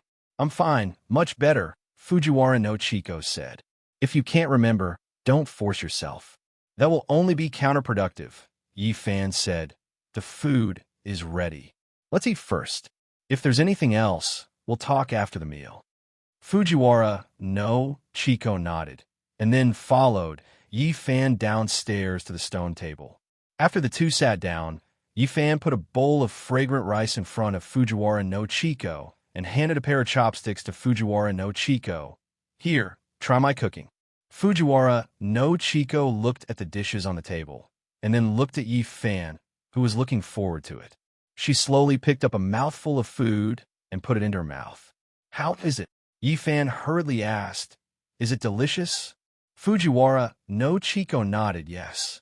Eat more if it's delicious, Yi Fan said and began to put food into Fujiwara no Chiko's bowl. These are all your favorites. Looking at Yi Fan's excited face, Fujiwara Chiko's heart skipped a beat. The emotions that the person in front of her displayed were definitely not an act. In her memory, there had never been a man who was willing to personally cook for her. Even Zhou Dao would only ask her what she liked to eat and what she wanted to eat. After getting the answer, he would just instruct the kitchen to make it. Why aren't you eating? Eat. Yi Fan saw that Fujiwara no Chiko was deep in thought and asked. Fujiwara no Chiko listened and continued to eat without saying a word. Yi Fan, on the other hand, kept putting food into her bowl. Fujiwara Chiko ate 2 big bowls of delicious food.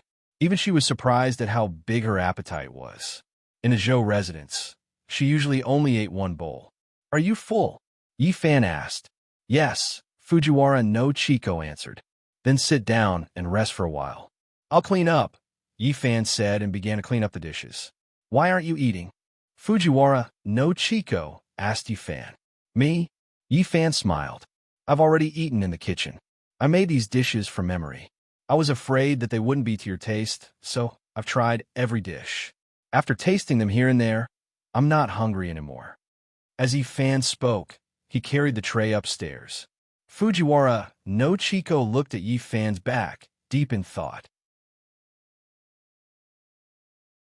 After a while, Yi Fan came downstairs. When he saw Fujiwara no Chiko in a daze, Yi Fan walked over and smiled. What are you thinking about? I'm thinking about what you said, Fujiwara no Chiko said and asked Yi Fan, since you said that I'm your wife, then let me ask you. Why am I in the Zhou residence? What's with my memory? Why is what Zhou Dao told me completely different from what you told me? Do you want to hear it? Yi Fan asked. Tell me. Fujiwara no Chiko said. She had her own plans. Since Yi Fan said completely different from what Zhou Dao said, it proved that one of them was lying. It was easy to determine who was telling the truth and who was lying. She just had to compare what the two said and see which one had a loophole and which one was lying. All right, Yi Fan said, since you want to hear it, I'll tell you. How about this? Let's go to the Full Moon Pavilion talk. The scenery there is beautiful. You can also relax there. Full Moon Pavilion? Fujiwara no Chiko asked. You'll know in a moment. Yi Fan said as he walked to the stone chair in the middle. He pressed his hand on the armrest, and with a rumbling sound, a stone staircase descended from the top. Fujiwara no Chiko was shocked. She didn't expect that there would be such a mechanism in the cave. Follow me, Yi Fan said as he took a step forward and climbed up the stairs. Fujiwara no Chiko saw this and followed closely behind. The two of them, one in front and one behind, arrived at the top of Foaming Mountain. At this time, in Yikong, a crescent moon was hanging in the sky. The stars were twinkling and sparkling. As soon as Fujiwara no Chiko stepped onto the mountain, she immediately felt a cool breeze blowing on her face. Her spirit was lifted. She saw that the top of the mountain was extremely flat and open. There were 7 strong pine trees surrounding it. The ancient trees towered into the sky with luxuriant leaves. At the northern corner of the mountain, there was an antique pavilion. Inside the pavilion, there were stone tables and stone stools. On the front of the pavilion, there were 3 large ancient seal characters, Full Moon Pavilion, written in gold. The calligraphy was like dragons and snakes. It was magnificent. Fujiwara no Chiko saw this scene and was shocked. She didn't expect that there would be such a beautiful scenery on the mountain. Do you still remember this place? Yi Fan suddenly asked Fujiwara no Chiko. Fujiwara no Chiko looked at Yi Fan and shook her head. I don't remember. Yi Fan sighed and slowly walked to the front of the Full Moon Pavilion and sat on the stone bench. Fujiwara no Chiko sat across from Yi Fan. You can speak now, Fujiwara no Chiko said after she sat down. Where should I start? Yi Fan asked her. Start from the beginning. Fujiwara no Chiko replied. Okay. Yi Fan stood up and looked at the crescent moon in Yikong with his hands behind his back. He said, a few months ago, I was ordered by my father to bring something to the Yi clan's ancestral home. Just like that, you were kidnapped by Zhou Quan. When I found you with the Qing Fu insect, you didn't recognize me. You know what happened after that? Yi Fan used a full 2 hours to finally finish the story in one breath. Fujiwara no Chiko, who was sitting on the stone bench, opened her eyes wide. Her face was full of shock. She couldn't react to Yi Fan's story for a long time, and her heart couldn't calm down for a long time. Although the whole story was bizarre and full of twists and turns, it was seamless and seamless. There was no contradiction in it at all. If this was really the case, then her marriage to Zhou Dao, no, Matsumoto Taro, was simply a crime. As the saying goes, the hatred of one's father is irreconcilable. Marrying the son of one's enemy and acknowledging the thief as one's father is intolerable. Is what you said true? That Matsumoto Takeyoshi is my father's murderer? I'm a Japanese, not a Han, and you are my... Fujiwara no Chiko finally asked Yi Fan after a long time of silence. Everything I said is true. Yi Fan replied. Then why didn't you take me with you when you first came to the Zhou residence? Fujiwara no Chiko asked. With your cultivation, Zhou Dao shouldn't be your opponent. Why did you wait until today?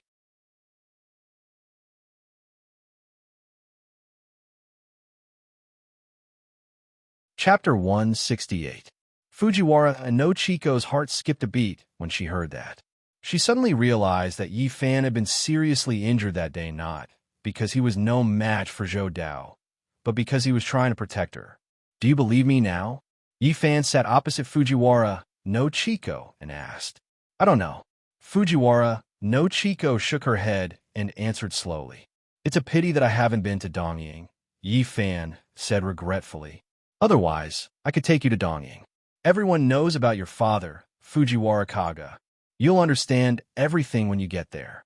Your father's good friend, Master Kongwon, and your master, Ito Fumio, can also prove your identity. You just said that Zhou Quan kidnapped me. Does that mean that Zhou Quan already knows about our relationship? Fujiwara no Chico suddenly asked. Of course he knows, Yi Fan said. When I returned to the Yi residence with you that day, he was still the butler of the Yi family. Naturally, he knew about our relationship. Not only him, but Zhou Dao must also know about this.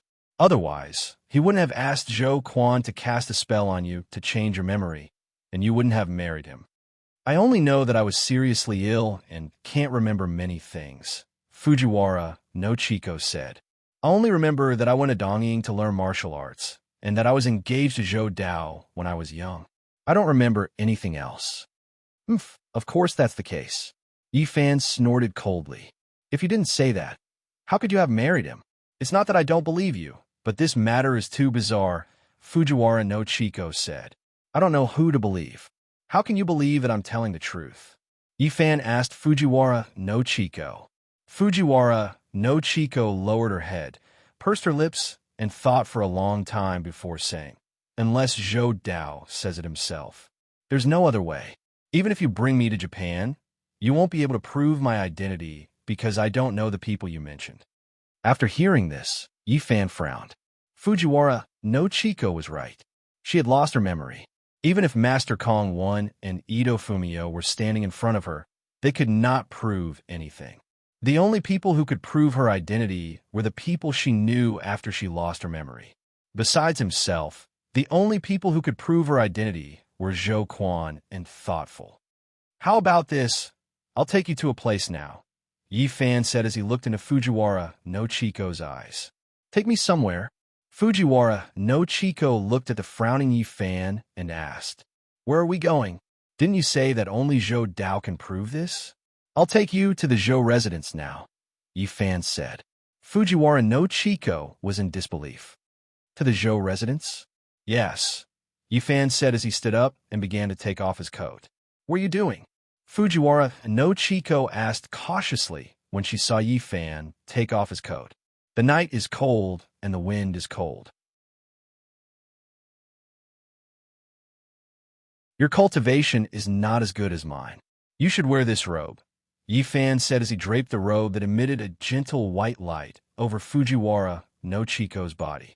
Fujiwara no Chico looked at the robe that was gradually becoming transparent and then looked at Yi Fan's concerned expression. Her heart thumped wildly.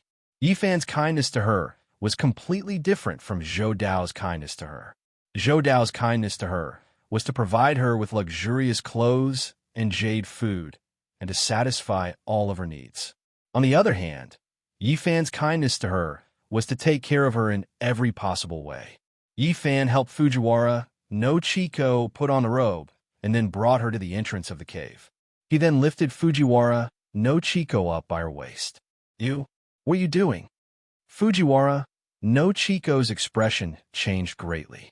Yi Fan smiled slightly and did not answer. He circulated his spirit energy and his body was already in the air. When Fujiwara no Chico saw that she was already in the air, she was so frightened that her beautiful face turned pale and she cried out involuntarily, Ah! This cry reminded Yi Fan of the time when Fujiwara no Chico was infected with the Yin Goo and he carried her in the air for the first time. At that time, she had also cried out just like now. Yi Fan thought about it and a smile appeared on his face. He began to fly slowly, looking at the bright crescent moon above her head and listening to the whistling sound of the wind. Fujiwara no Chico simply could not believe that this was real. It was as if she was in a dream.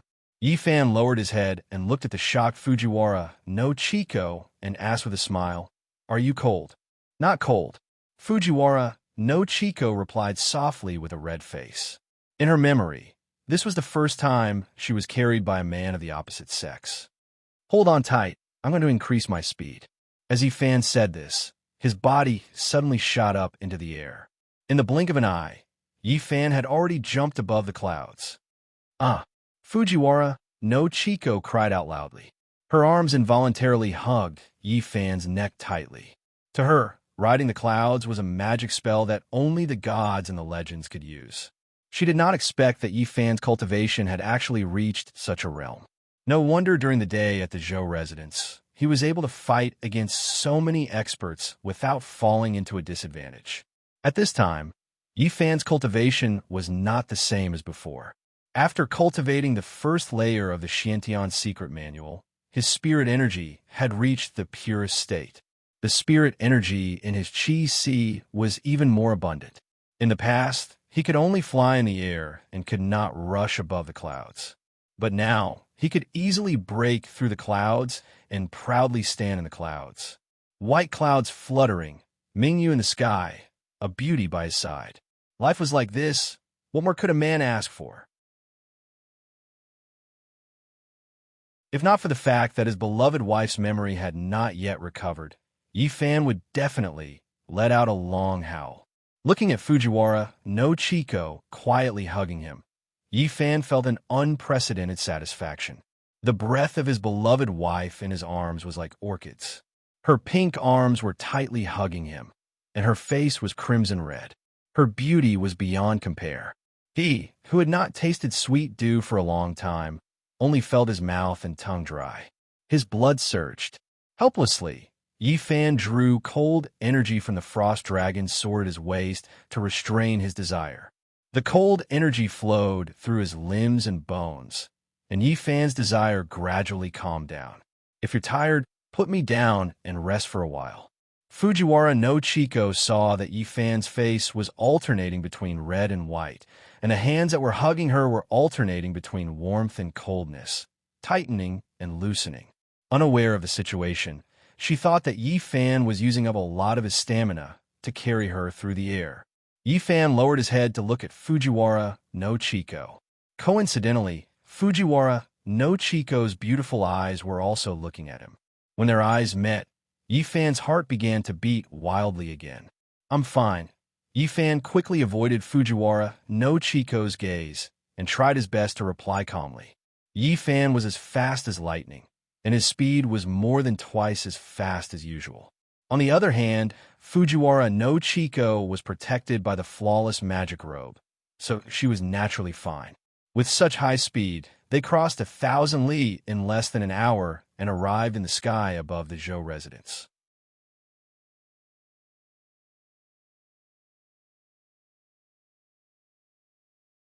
Chapter 169.